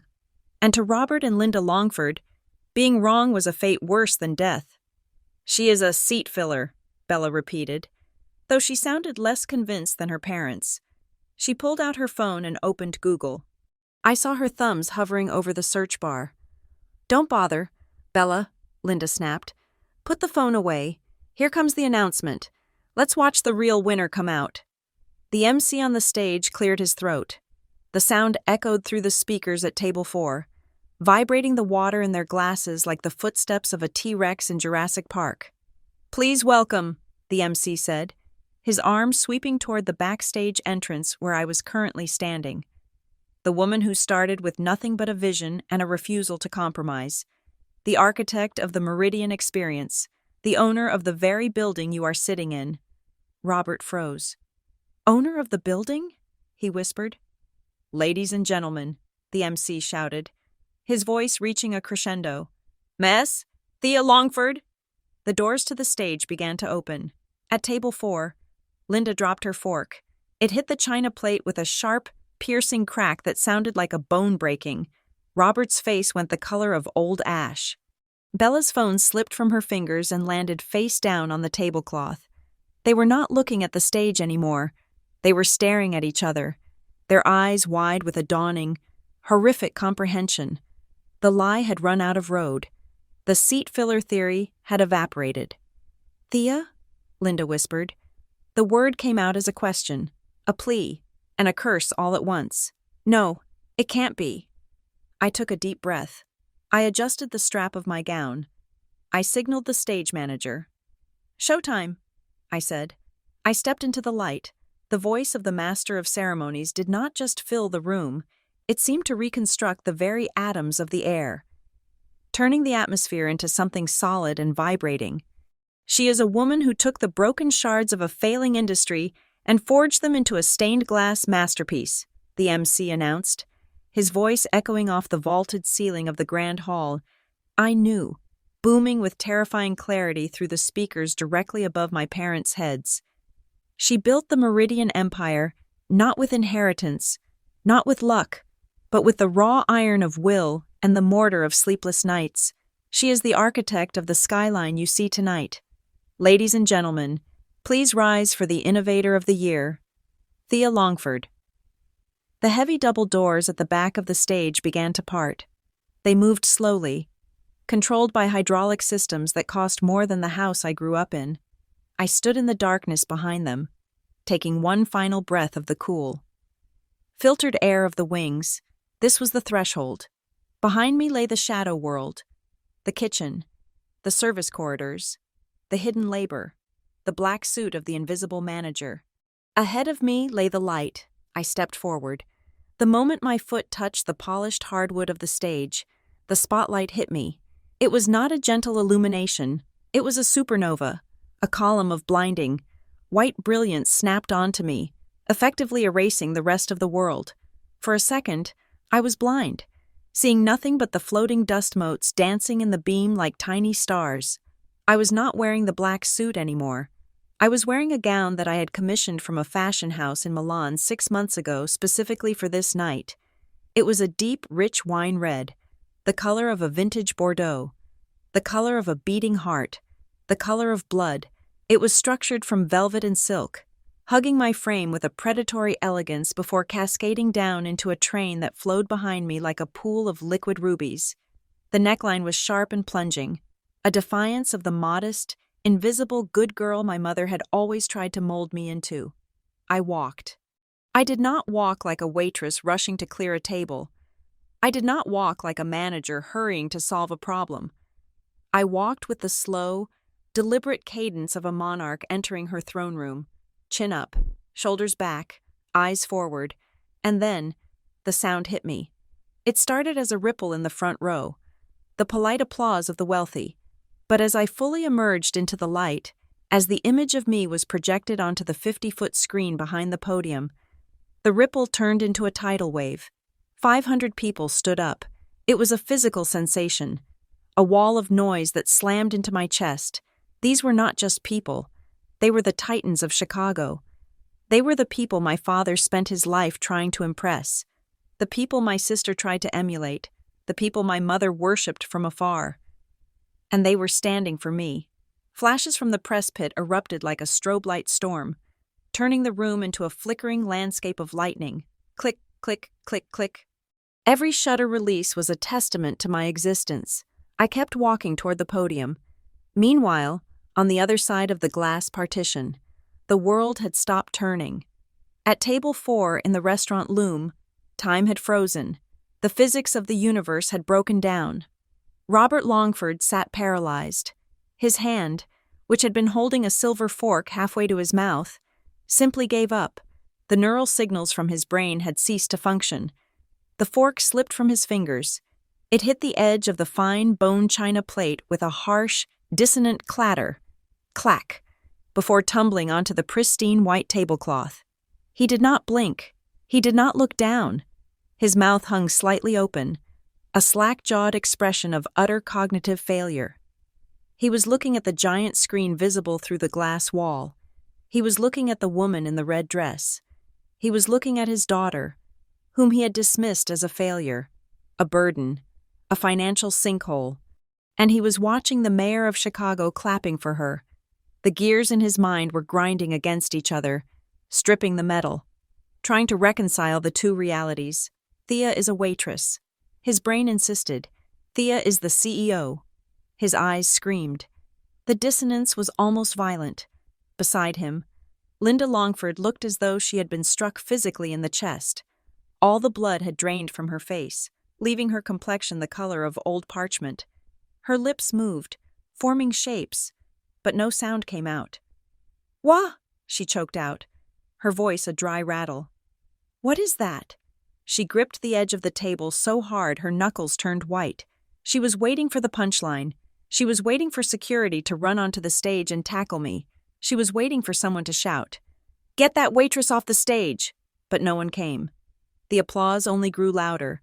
The respect in the room was palpable, thick, and undeniable. "It is a prank," Linda whispered, her eyes darting frantically around the restaurant, looking for a camera crew, looking for anything that would explain this anomaly. "It is a deep fake. It is a hologram. That is not her. That cannot be her." But it was Bella who delivered the final crushing confirmation. Bella, the digital native, the girl who lived her life through the lens of a smartphone, did the only thing she knew how to do in a crisis. She pulled out her phone. Her hands were shaking so badly she nearly dropped the device. She opened her camera app. She pointed it through the glass wall, aiming it directly at the giant LED screen where my face was currently 40 feet high. She zoomed in to 10 times magnification on her small OLED screen. The image was undeniable. There was the small scar on my left eyebrow from when I fell off a swing set at age 7. There was the specific arch of my nose. There was the cold, steel gray color of my eyes, the eyes that she had mocked for being too serious 1,000 times. "It is her," Bella whispered. The phone lowered slowly to the table. "Mom, Dad, it is her." "No," Robert said, his voice gaining a sudden, desperate volume. "It is a mistake. She must have slept with the owner. That is it. She is the mistress. That is why she is up there." They don't give standing ovations to mistresses. Robert, Linda shrieked, her composure finally snapping. Look at the caption. Look at the screen. Thea Longford, founder. The word founder hung over them like a guillotine blade. It implied creation. It implied ownership. It implied that while they were drowning in debt, I had been building an ark. I reached the podium. I placed my hands on the cool, transparent lucite. I looked out at the sea of faces in the grand hall. The applause began to die down, fading into an expectant silence. They were waiting for me to speak. They were waiting for the wisdom of the Innovator of the Year, but I did not speak to them. Not yet.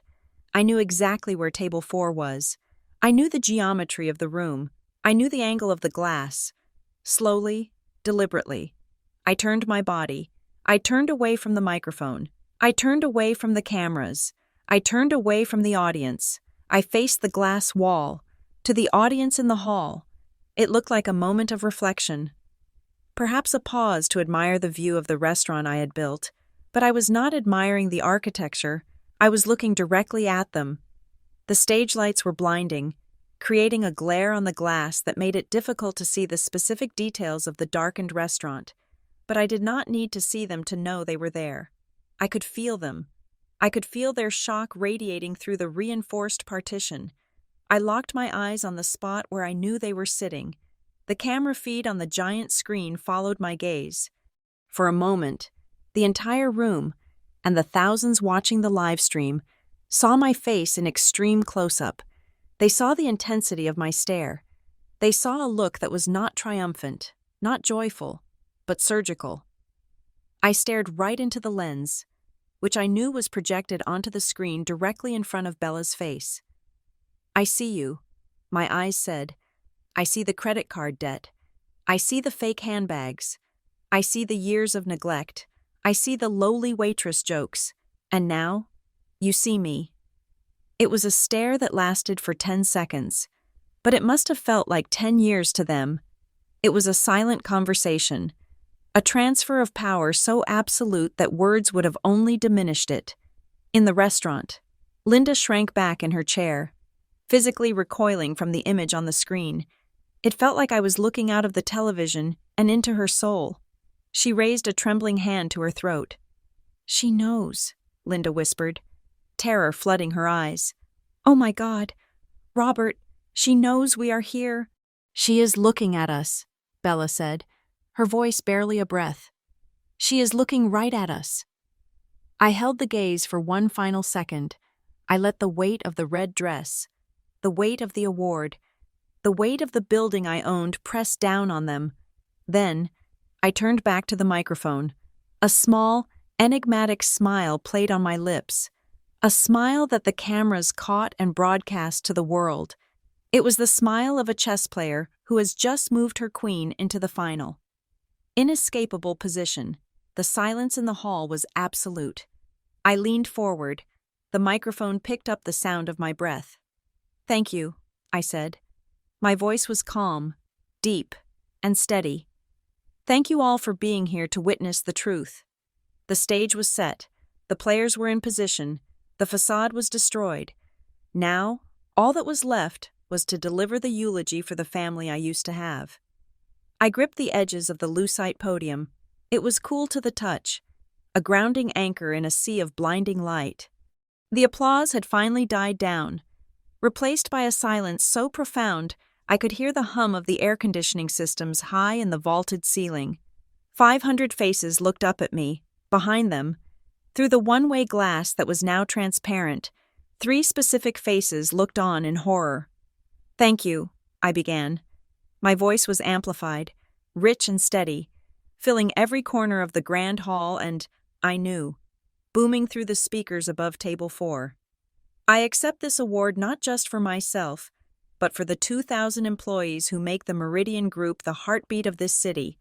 From the architects who designed these walls to the dishwashers who are currently scrubbing pots in the basement, you are the foundation." I paused. I let the mention of the dishwashers hang in the air for a second. "People often ask me," I continued, leaning slightly into the microphone, "what is the secret? How does a college dropout with no capital and no connections build a hospitality empire in less than a decade? I smiled. It was a soft smile, devoid of warmth. The answer is simple. The secret to my success is underestimation. I looked directly into the camera lens. There is a unique kind of freedom that comes when the world decides you are nothing, I said. When the people who are supposed to believe in you decide instead that you are a failure. They inadvertently give you a gift. They stop watching you. They stop expecting anything from you. And in that shadow, in that silence where they left you, you can work, you can build, you can sharpen your knife without anyone hearing the sound of the stone against the steel. I saw a few people in the front row nod. They thought I was speaking in broad, inspirational metaphors. They had no idea I was narrating a specific biography. I had teachers, I went on, my voice dropping to a conversational, intimate volume. Not in a classroom, but in life. They taught me that my value was tied to my obedience. They taught me that I was destined to serve, not to lead. They laughed when I wore an apron. They mocked my hours. They called me lowly. I used the word deliberately, lowly. At table 4, the reaction was visceral. Linda Longford was no longer sitting back. She was leaning over the table, her face a mask of frantic, manic energy. The silence of the restaurant around them had been broken by her voice, which was rising in pitch with every sentence I spoke. "She is talking about us," Linda hissed, but it was too loud to be a whisper.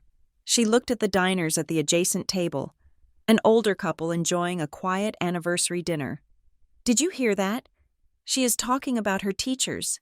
That is me. I taught her everything she knows. I am her mother." The woman at the next table looked at Linda with unmasked distaste.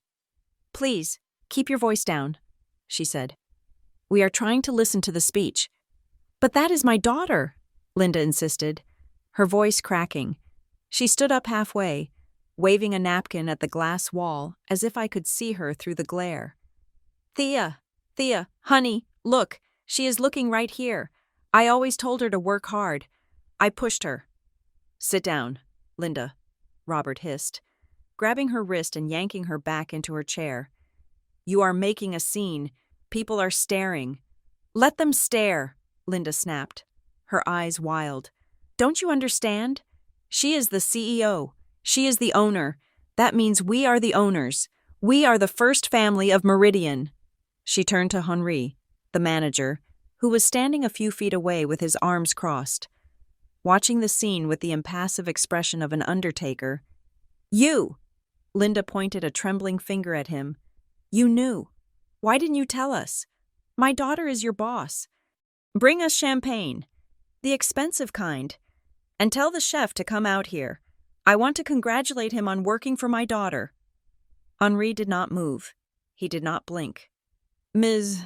Longford is indeed the owner," he said, his voice carrying a chill that dropped the temperature at the table by 10 degrees. "And she gave very specific instructions regarding your table. No champagne, just the bill." "The bill?" Linda laughed, a shrill, hysterical sound. "Don't be ridiculous. Owners don't pay bills." While Linda spiraled into a delusion of grandeur, Robert was facing a much colder, harder reality. He had pulled his phone out of his pocket. His hands were shaking so bad he had to type his search query twice. Thea Longford, Chicago. For years. If you searched my name, you found nothing. I had spent a fortune on reputation management firms to scrub my digital footprint, keeping my ownership hidden behind shell companies and anonymous trusts. I wanted to build in peace. I wanted to be a ghost. But tonight, at exactly 7 o'clock, the embargo had been lifted. Robert hit search. The results populated the screen instantly. Forbes, Thea Longford, the Shadow Queen of Chicago Hospitality. Wall Street Journal, how a 29-year-old dropout built a $200 million empire. Crane's Chicago Business. The Meridian Group reveals its sole owner. It is not a hedge fund. It is a woman. Robert stared at the numbers. $200 million. He read it again. He blinked, thinking perhaps the wine was affecting his vision. Estimated valuation, $250 million. He looked at his wife, who was currently yelling at a waiter. He looked at his daughter Bella, who was staring blankly at the glass. Then he looked at his own suit, which was 3 years old, and thought about the foreclosure notice currently sitting in his desk drawer at home. "She has $200 million, Robert whispered. The number was too big for his mouth. It felt alien. "What?" Linda snapped, turning back to him. "Thea," Robert said, holding up the phone, his face pale. "The articles are all coming out now. It says she owns everything. The hotels, the restaurants, the supply chain. She didn't just buy this place, Linda. She built it. She is worth my God. She is worth more than the entire country club combined." A mixture of greed and terror washed over Robert's face. He had spent the last decade treating a quarter-billionaire like a servant. He had asked her for a $10,000 loan and called her selfish when she refused. He had tipped her $5 once at Christmas and told her to buy something nice. "We are rich," Linda whispered. The terror instantly replaced by a predatory gleam. "Robert, we are rich. She is our daughter. Family money. It is community property. We just have to explain that we were tough on her to make her strong. Yes, that is the angle. We were the catalyst." But while Robert and Linda were plotting how to parasitize a fortune they had no claim to, Bella was staring at her own phone, watching her social life incinerate in real time. A notification had popped up on her screen. It was a direct message on Instagram. The sender, Jonathan Sterling _official. Bella felt her stomach drop through the floor. Jonathan Sterling, the man she had dressed up for, the man she had stalked, the man she was hoping to accidentally bump into tonight to save her from financial ruin. Her fingers trembled as she opened the message. "Hey," the message read, "I just saw the big reveal on the screen inside the hall. I am confused. The speaker, Thea Longford. Is that your sister?" Bella swallowed hard. She typed back, her thumbs clumsy. "Yes, haha. That is my little sister Thea. So proud of her." She hit send, hoping to salvage the situation, hoping to spin it. "I am the sister of the CEO." She thought, "That makes me royalty." The 3 dots of a typing indicator appeared immediately. "Weird," Jonathan wrote back, "because I have been trying to get a meeting with Thea Longford for 2 years to discuss a partnership for my new lifestyle app. Her gatekeepers are impossible to get past. I asked you last month if you had any connections in the high-end hospitality world, and you said, 'No, I only know people in fashion.'" Bella stared at the words. She remembered the conversation. She had been trying to impress him, trying to sound like she was above the service industry. She had denied knowing anyone in restaurants because she thought it sounded low class. Another message popped up. "If you are her sister, why have you never mentioned her? Why act like you don't know who owns the Meridian Group? It looks like you guys aren't close at all. Actually, it looks kind of shady. I think I'm going to pass on that coffee we planned. I don't do business with people who hide things. Good luck. Blocked." Bella watched the profile photo of Jonathan Sterling turn into a generic gray silhouette. The message thread vanished. The target was gone. The lifeline was cut. She looked up at the giant screen. My face was still there, calm, composed, powerful. "You ruined it," Bella whispered, tears of frustration pricking her eyes. "You ruined everything. You knew I wanted him. You knew I needed this connection, and you just hid it." She didn't blame herself for lying. She didn't blame herself for being ashamed of me. She blamed me for being successful enough to expose her mediocrity. Back on the stage, I was bringing the speech to its close. "So," I said, my voice softening, drawing the audience in. "To anyone out there who feels invisible, to anyone who is currently washing a dish, or parking a car, or folding a towel, while someone tells them they are just a worker." I paused. I looked at the glass wall one last time. Do not let them define your horizon. Their ceiling is your floor. Let them laugh. Let them mock. Let them believe you are small, because while they are busy looking down on you, They will never see you building the ladder that will take you above them. I stepped back from the podium. Thank you. The applause this time was different. It was not polite. It was raucous. It was violent. People were cheering. I saw the mayor wiping his eyes. I saw the hardened tech CEOs nodding in fierce agreement. But I did not stay to bask in it. I turned and walked off the stage. I walked back into the darkness of the wings, the heavy velvet curtains swallowing me whole. Ms. Longford, Marcus was waiting for me, holding a bottle of water and a tablet. That was effective. Is the bill ready? I asked. Taking the water, my throat was dry. Not from nerves, but from the fire of the truth I had just exhaled. Printed and on a silver tray, Marcus confirmed. Henri is holding it. Good, I said. Let them sit for another 5 minutes. Let them stew in the realization of what they have lost. Let Robert check his bank balance and realize that $200 million is exactly 200 million miles away from him. And then? Marcus asked. And then, I said, smoothing the red silk of my dress. Collapse the simulation, cut the audio feed, turn the glass back to opaque, make them sit in the dark again, and then present the check. I looked at the monitor one last time. Linda was crying, but they were crocodile tears. Tears of a woman who realizes she bet on the wrong horse. Robert was staring into space, a man whose ego had just been foreclosed upon. Bella was staring at her phone, at a blocked profile, realizing that for the first time in her life, no filter could fix this picture. Checkmate, I whispered. The applause in the grand hall faded into the muffled hum of history being made. But inside Loom, the silence was shattered by the arrival of consequences. My speech had ended. The connection between the two worlds, the glass wall, began to fog over again. The transparency dial was turned down, reducing the brilliant, golden-hued gala back to a blurry, unattainable dream. The Longfords were once again sitting in a dimly lit restaurant, isolated, with nothing but the remnants of their wagyu and the wreckage of their egos. And then, the bill arrived. It was not brought by a regular server. It was carried by Henri himself, placed on a small silver tray with the solemnity of a death warrant. He slid it onto the tablecloth, right next to Robert's elbow. Robert Longford, still dazed from the revelation that his failure of a daughter was worth $250 million, blinked at the black leather folder.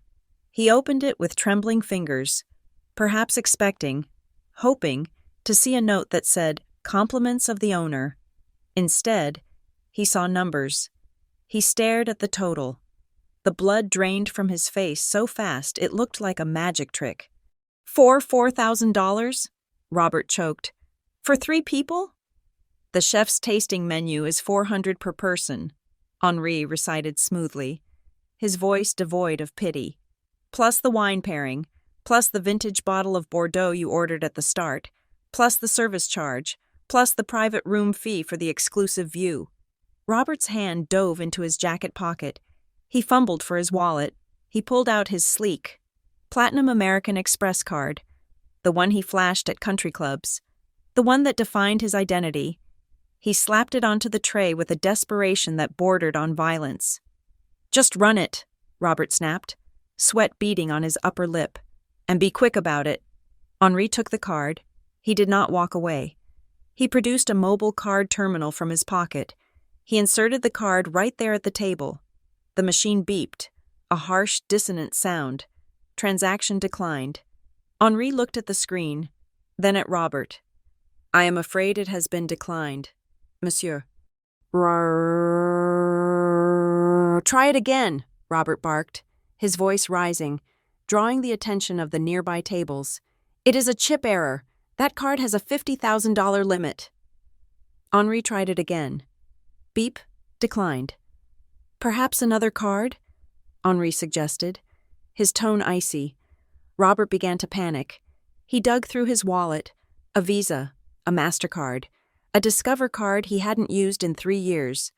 Beep, beep, beep, 3 strikes. You're out. "This is ridiculous." Robert stood up. knocking his chair back. The noise echoed through the hushed dining room. "Your machines are broken. Do you know who I am? I am Robert Longford. My credit is impeccable." Henri looked at the device, then back at Robert. "The machines are functioning perfectly, monsieur. In fact, the terminal indicates a specific error code. Card revoked by issuer for suspected fraud and delinquency." The words hung in the air like toxic smoke. "Fraud?" Linda shrieked. She stood up too, her face blotchy with rage and embarrassment. "How dare you? My husband is an investor. We are the parents of the owner. Call her. Call Thea right now. Tell her to come out here and fix this." "Yeah," Robert shouted, seizing the lifeline. "Get Thea. She will clear this up. She knows I'm good for it. Tell her it is her father." The restaurant had gone silent. Every diner, the tech moguls, the politicians, the socialites, had stopped eating. They were all watching the spectacle at table 4. The first family was melting down. Henri took a half step back, ensuring his voice projected clearly to the entire room. This was the moment I had scripted. This was the checkmate. "I am afraid that is not possible," Henri announced, his voice ringing with authority. "Ms. Longford left very specific instructions regarding your party." "Instructions?" Robert froze. "What instructions?" "To comp the meal, right?" "On the contrary," Henri said. "Ms. Longford told us that her family is extremely proud and fiercely independent. She said that you are people of immense honor who would be insulted if we offered you a handout. She specifically said, 'My father would never use his personal relationship to avoid paying a debt. He believes in paying full price, like a true gentleman of the upper class.'" The trap snapped shut. I watched from the security monitor in the back, sipping a fresh glass of water. It was beautiful. I had stripped them of their only 2 defenses. They could not claim poverty, because they had spent decades pretending to be rich, and they could not claim family privilege, because I had framed their honor in a way that made using privilege look like charity if Robert admitted he couldn't pay. He wasn't just broke. He was a liar and a fraud in front of the very people he tried to impress.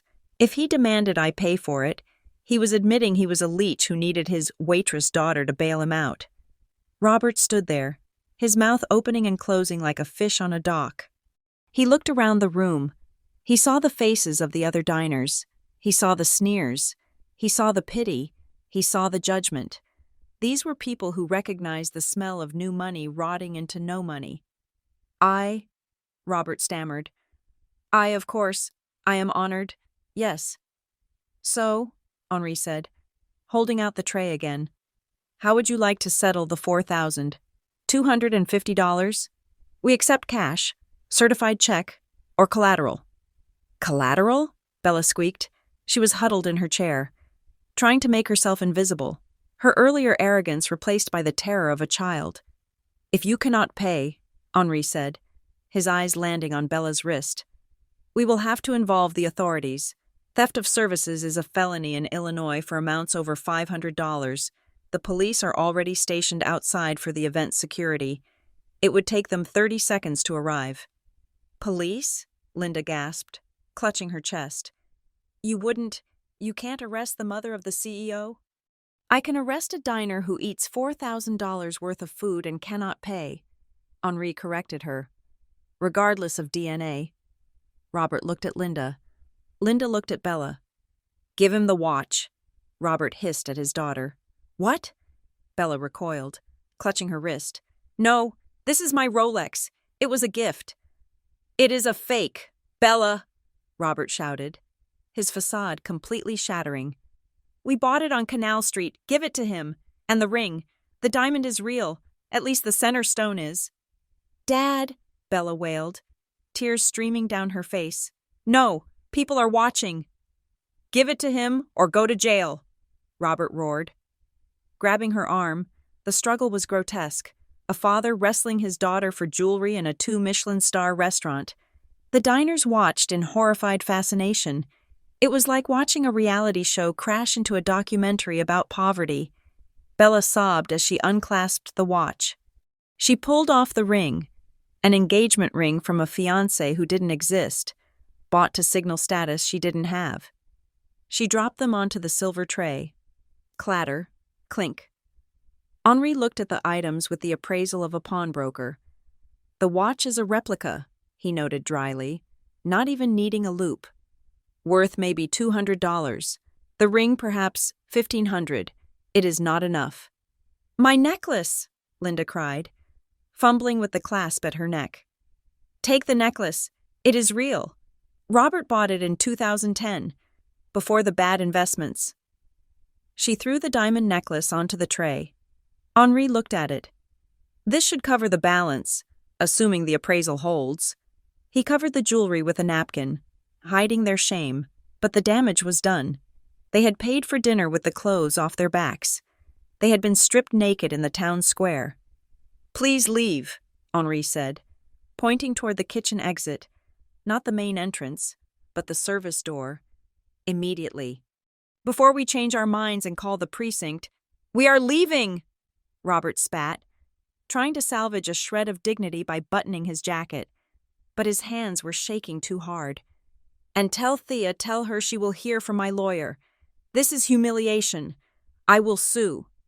You can try, Henri said calmly, but I believe Ms. Longford's legal team is somewhat more robust than yours. Goodbye, monsieur. The walk of shame began. Robert, Linda, and Bella stood up. They had to walk past 3 rows of tables to get to the service exit. As they walked, the whispers started. That's the family? The ones who didn't pay? I heard the father is broke. Imagine doing that to your daughter. Trash, absolute trash wrapped in foil. Linda held her head down, shielding her face with her purse. Bella was openly weeping, her mascara running in black streaks down her cheeks, ruining the face she had spent 2 hours painting. Robert walked stiffly, his eyes fixed on the exit sign, a man marching to his own execution. They passed the table of the older couple who had sat next to them. The woman looked up at Linda. She didn't look angry anymore. She looked amused. Just a lowly waitress, huh? The woman whispered loud enough for Linda to hear. Looks like she served you pretty well.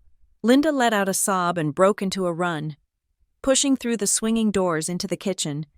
They stumbled into the bright, harsh lights of the kitchen, the very place they had mocked. The cook stopped working to watch them. The dishwashers looked up from the sinks. They were in Thea's world now, and waiting for them at the back loading dock, standing next to a black limousine that gleamed under the streetlights. Was me. I was holding the Innovator of the Year trophy. It caught the light, sharp and heavy. I smiled. How was dinner? I asked. The heavy steel door of the service entrance slammed shut with a finality that echoed off the brick walls of the alleyway. It was a sound I had heard 1,000 times before, the sound of a shift ending, the sound of the garbage being taken out. But tonight, the refuse being ejected from the Meridian was not food scraps or empty wine bottles. It was the Longford family. I was waiting for them. I stood beside the rear door of my personal car, a lengthened Maybach sedan that gleamed like a pool of black oil under the harsh sodium security lights.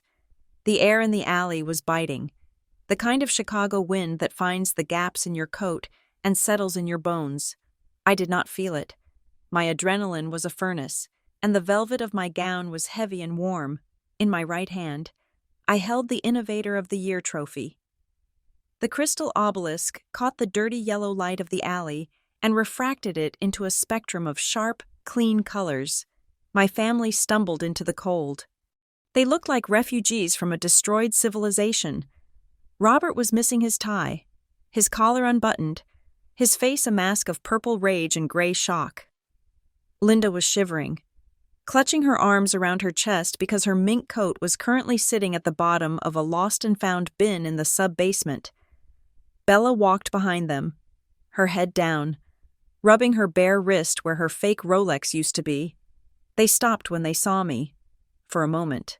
The only sound was the distant hum of traffic on the highway and the idling engine of my car. Then, the dam broke. Linda was the first to move. She rushed toward me, her heels clicking frantically on the concrete, her face, which had been twisted in a snarl only moments ago inside the kitchen, rearranged itself into a mask of desperate, pleading affection. It was a transformation I had watched her perform for creditors and neighbors for 20 years. "Thea!" she cried, reaching out as if to hug me. I did not move, but my driver, a massive man named Silas, took one step forward. Linda froze. "Thea, baby," Linda stammered, wringing her hands. "Oh, thank God you are here. That horrible man, that manager, treated us like criminals. You have to fire him. You have to fire him immediately." She laughed, a brittle, manic sound that cracked in the cold air. But it was quite a show, wasn't it? A bit dramatic, leaving us to pay the bill. But I get it.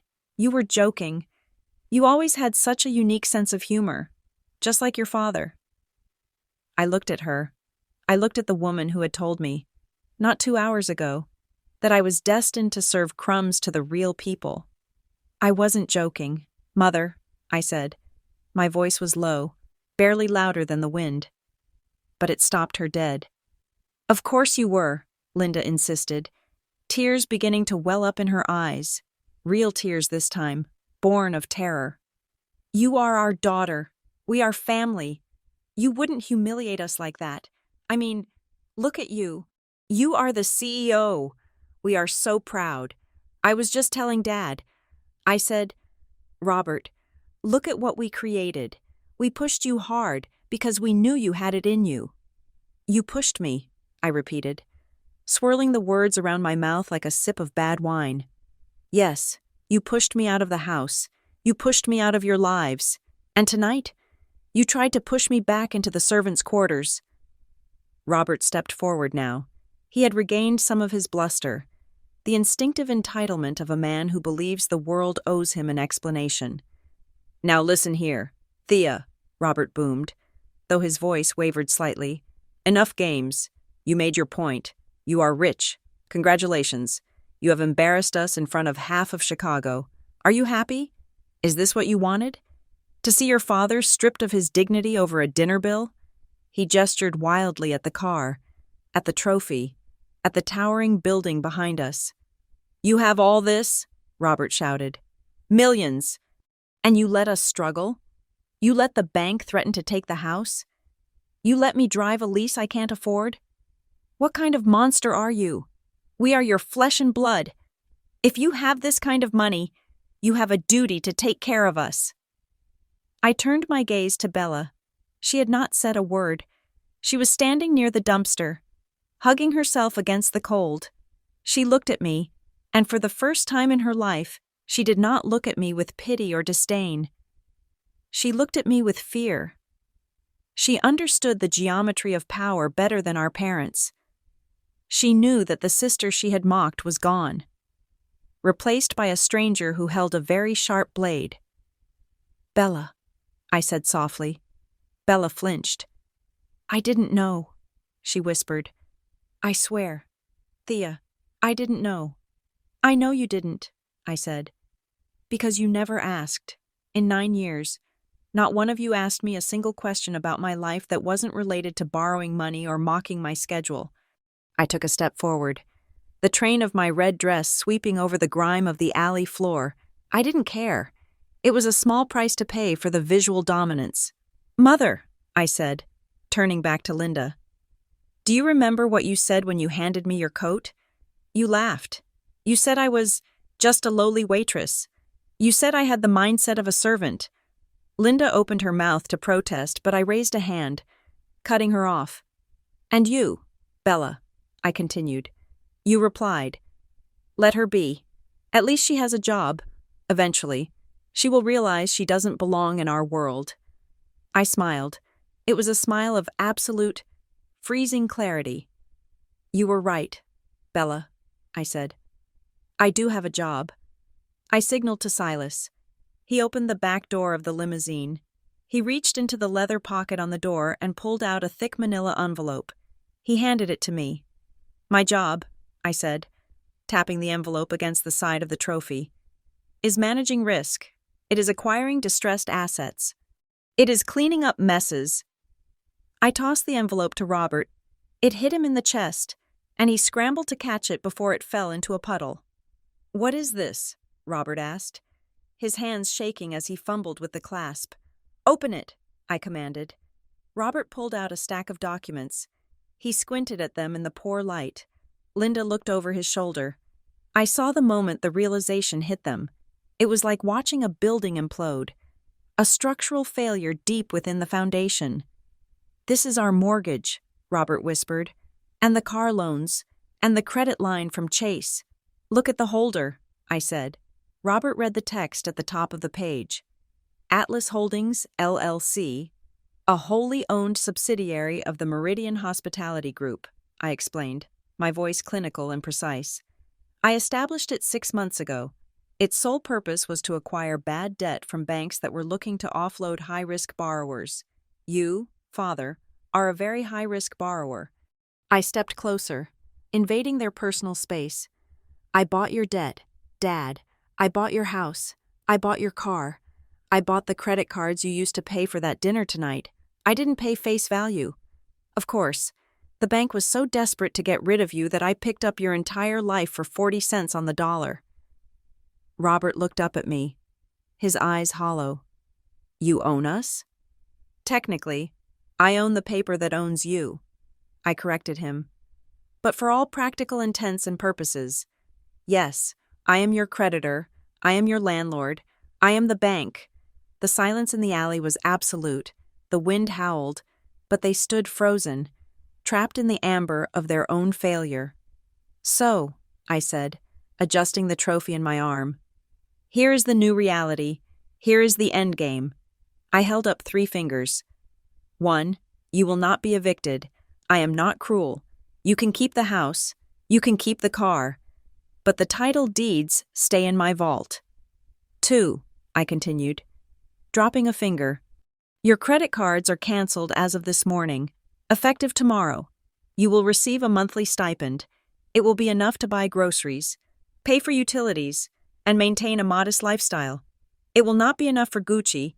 It will not be enough for country club fees, and it certainly will not be enough for $400 steaks. Linda let out a small, strangled sob. "Thea, you can't. The neighbors. What will we tell people?" "That brings me to number 3, I said, dropping the final finger. "You will tell them the truth, or you can tell them nothing. I don't care. But if I ever hear a single word of disrespect, if you ever refer to me or anyone who works for me as lowly, or the help, or beneath you, I will call in the loan. I will foreclose on the house within 24 hours, and you will be on the street." I looked at Bella. "And Bella? No more fake influencer life. If you want money for clothes, you can earn it. I have a position open at the diner on 4th Street. It is a busboy position, minimum wage plus tips. I think it would be a great character-building exercise for you." Bella stared at me. Her mouth opened, but no fight was left in her. She nodded slowly. "Good," I said. I turned my back on them. I walked toward the open door of the limousine. The interior looked warm, inviting, a capsule of the success I had built with my own 2 hands. "Thea!" Robert called out, his voice cracking. "Wait, you can't just leave us here. How are we supposed to get home? The car the valet took the keys." I stopped with 1 foot inside the car. I looked back over my shoulder. "The valet works for me," I said. "He has instructions to return your keys once the $4,000 debt for dinner is settled. Until then, the car stays in the impound lot." "But that could take months with this stipend," Robert cried. "Then I suggest you start walking," I said. "It is only 15 miles to Lake Forest. The exercise will do you good." "Thea, please," Linda wailed. "It is freezing." "It is Chicago, Mother," I said, quoting a line she had used on me when I had to walk to the bus stop in the snow 10 years ago because she wouldn't drive me. Dress in layers. I slipped into the car. The leather seat accepted me. The warmth enveloped me. Silas closed the door with a solid, reassuring thump, sealing out the cold, the wind, and the family that had ceased to be my burden. As the car pulled away, I looked out the tinted rear window. I saw 3 small figures standing under the yellow light of the alley. They looked lost. They looked small. They were no longer the giants who had dominated my childhood. They were just employees of Atlas Holdings, LLC, wondering how they were going to make it through the night. I sat back and placed the trophy on the seat beside me. I took a deep breath. The game was over. The board was cleared. I had won. Thank you so much for listening to my story. It has been a long journey from the dish pit to the penthouse, and I am glad I could share the final checkmate with you. I would love to know where you are listening from. Are you tuning in from a busy kitchen, a quiet office, or maybe on your own commute home? Please leave a comment below and let me know. And if you enjoyed watching the tables turn, please make sure to subscribe to the BitterSweet Drama Stories channel, like this video, and hit that hype button to help this story reach even more people. Your support means the world to me. Stay strong. And remember, never underestimate the quiet ones.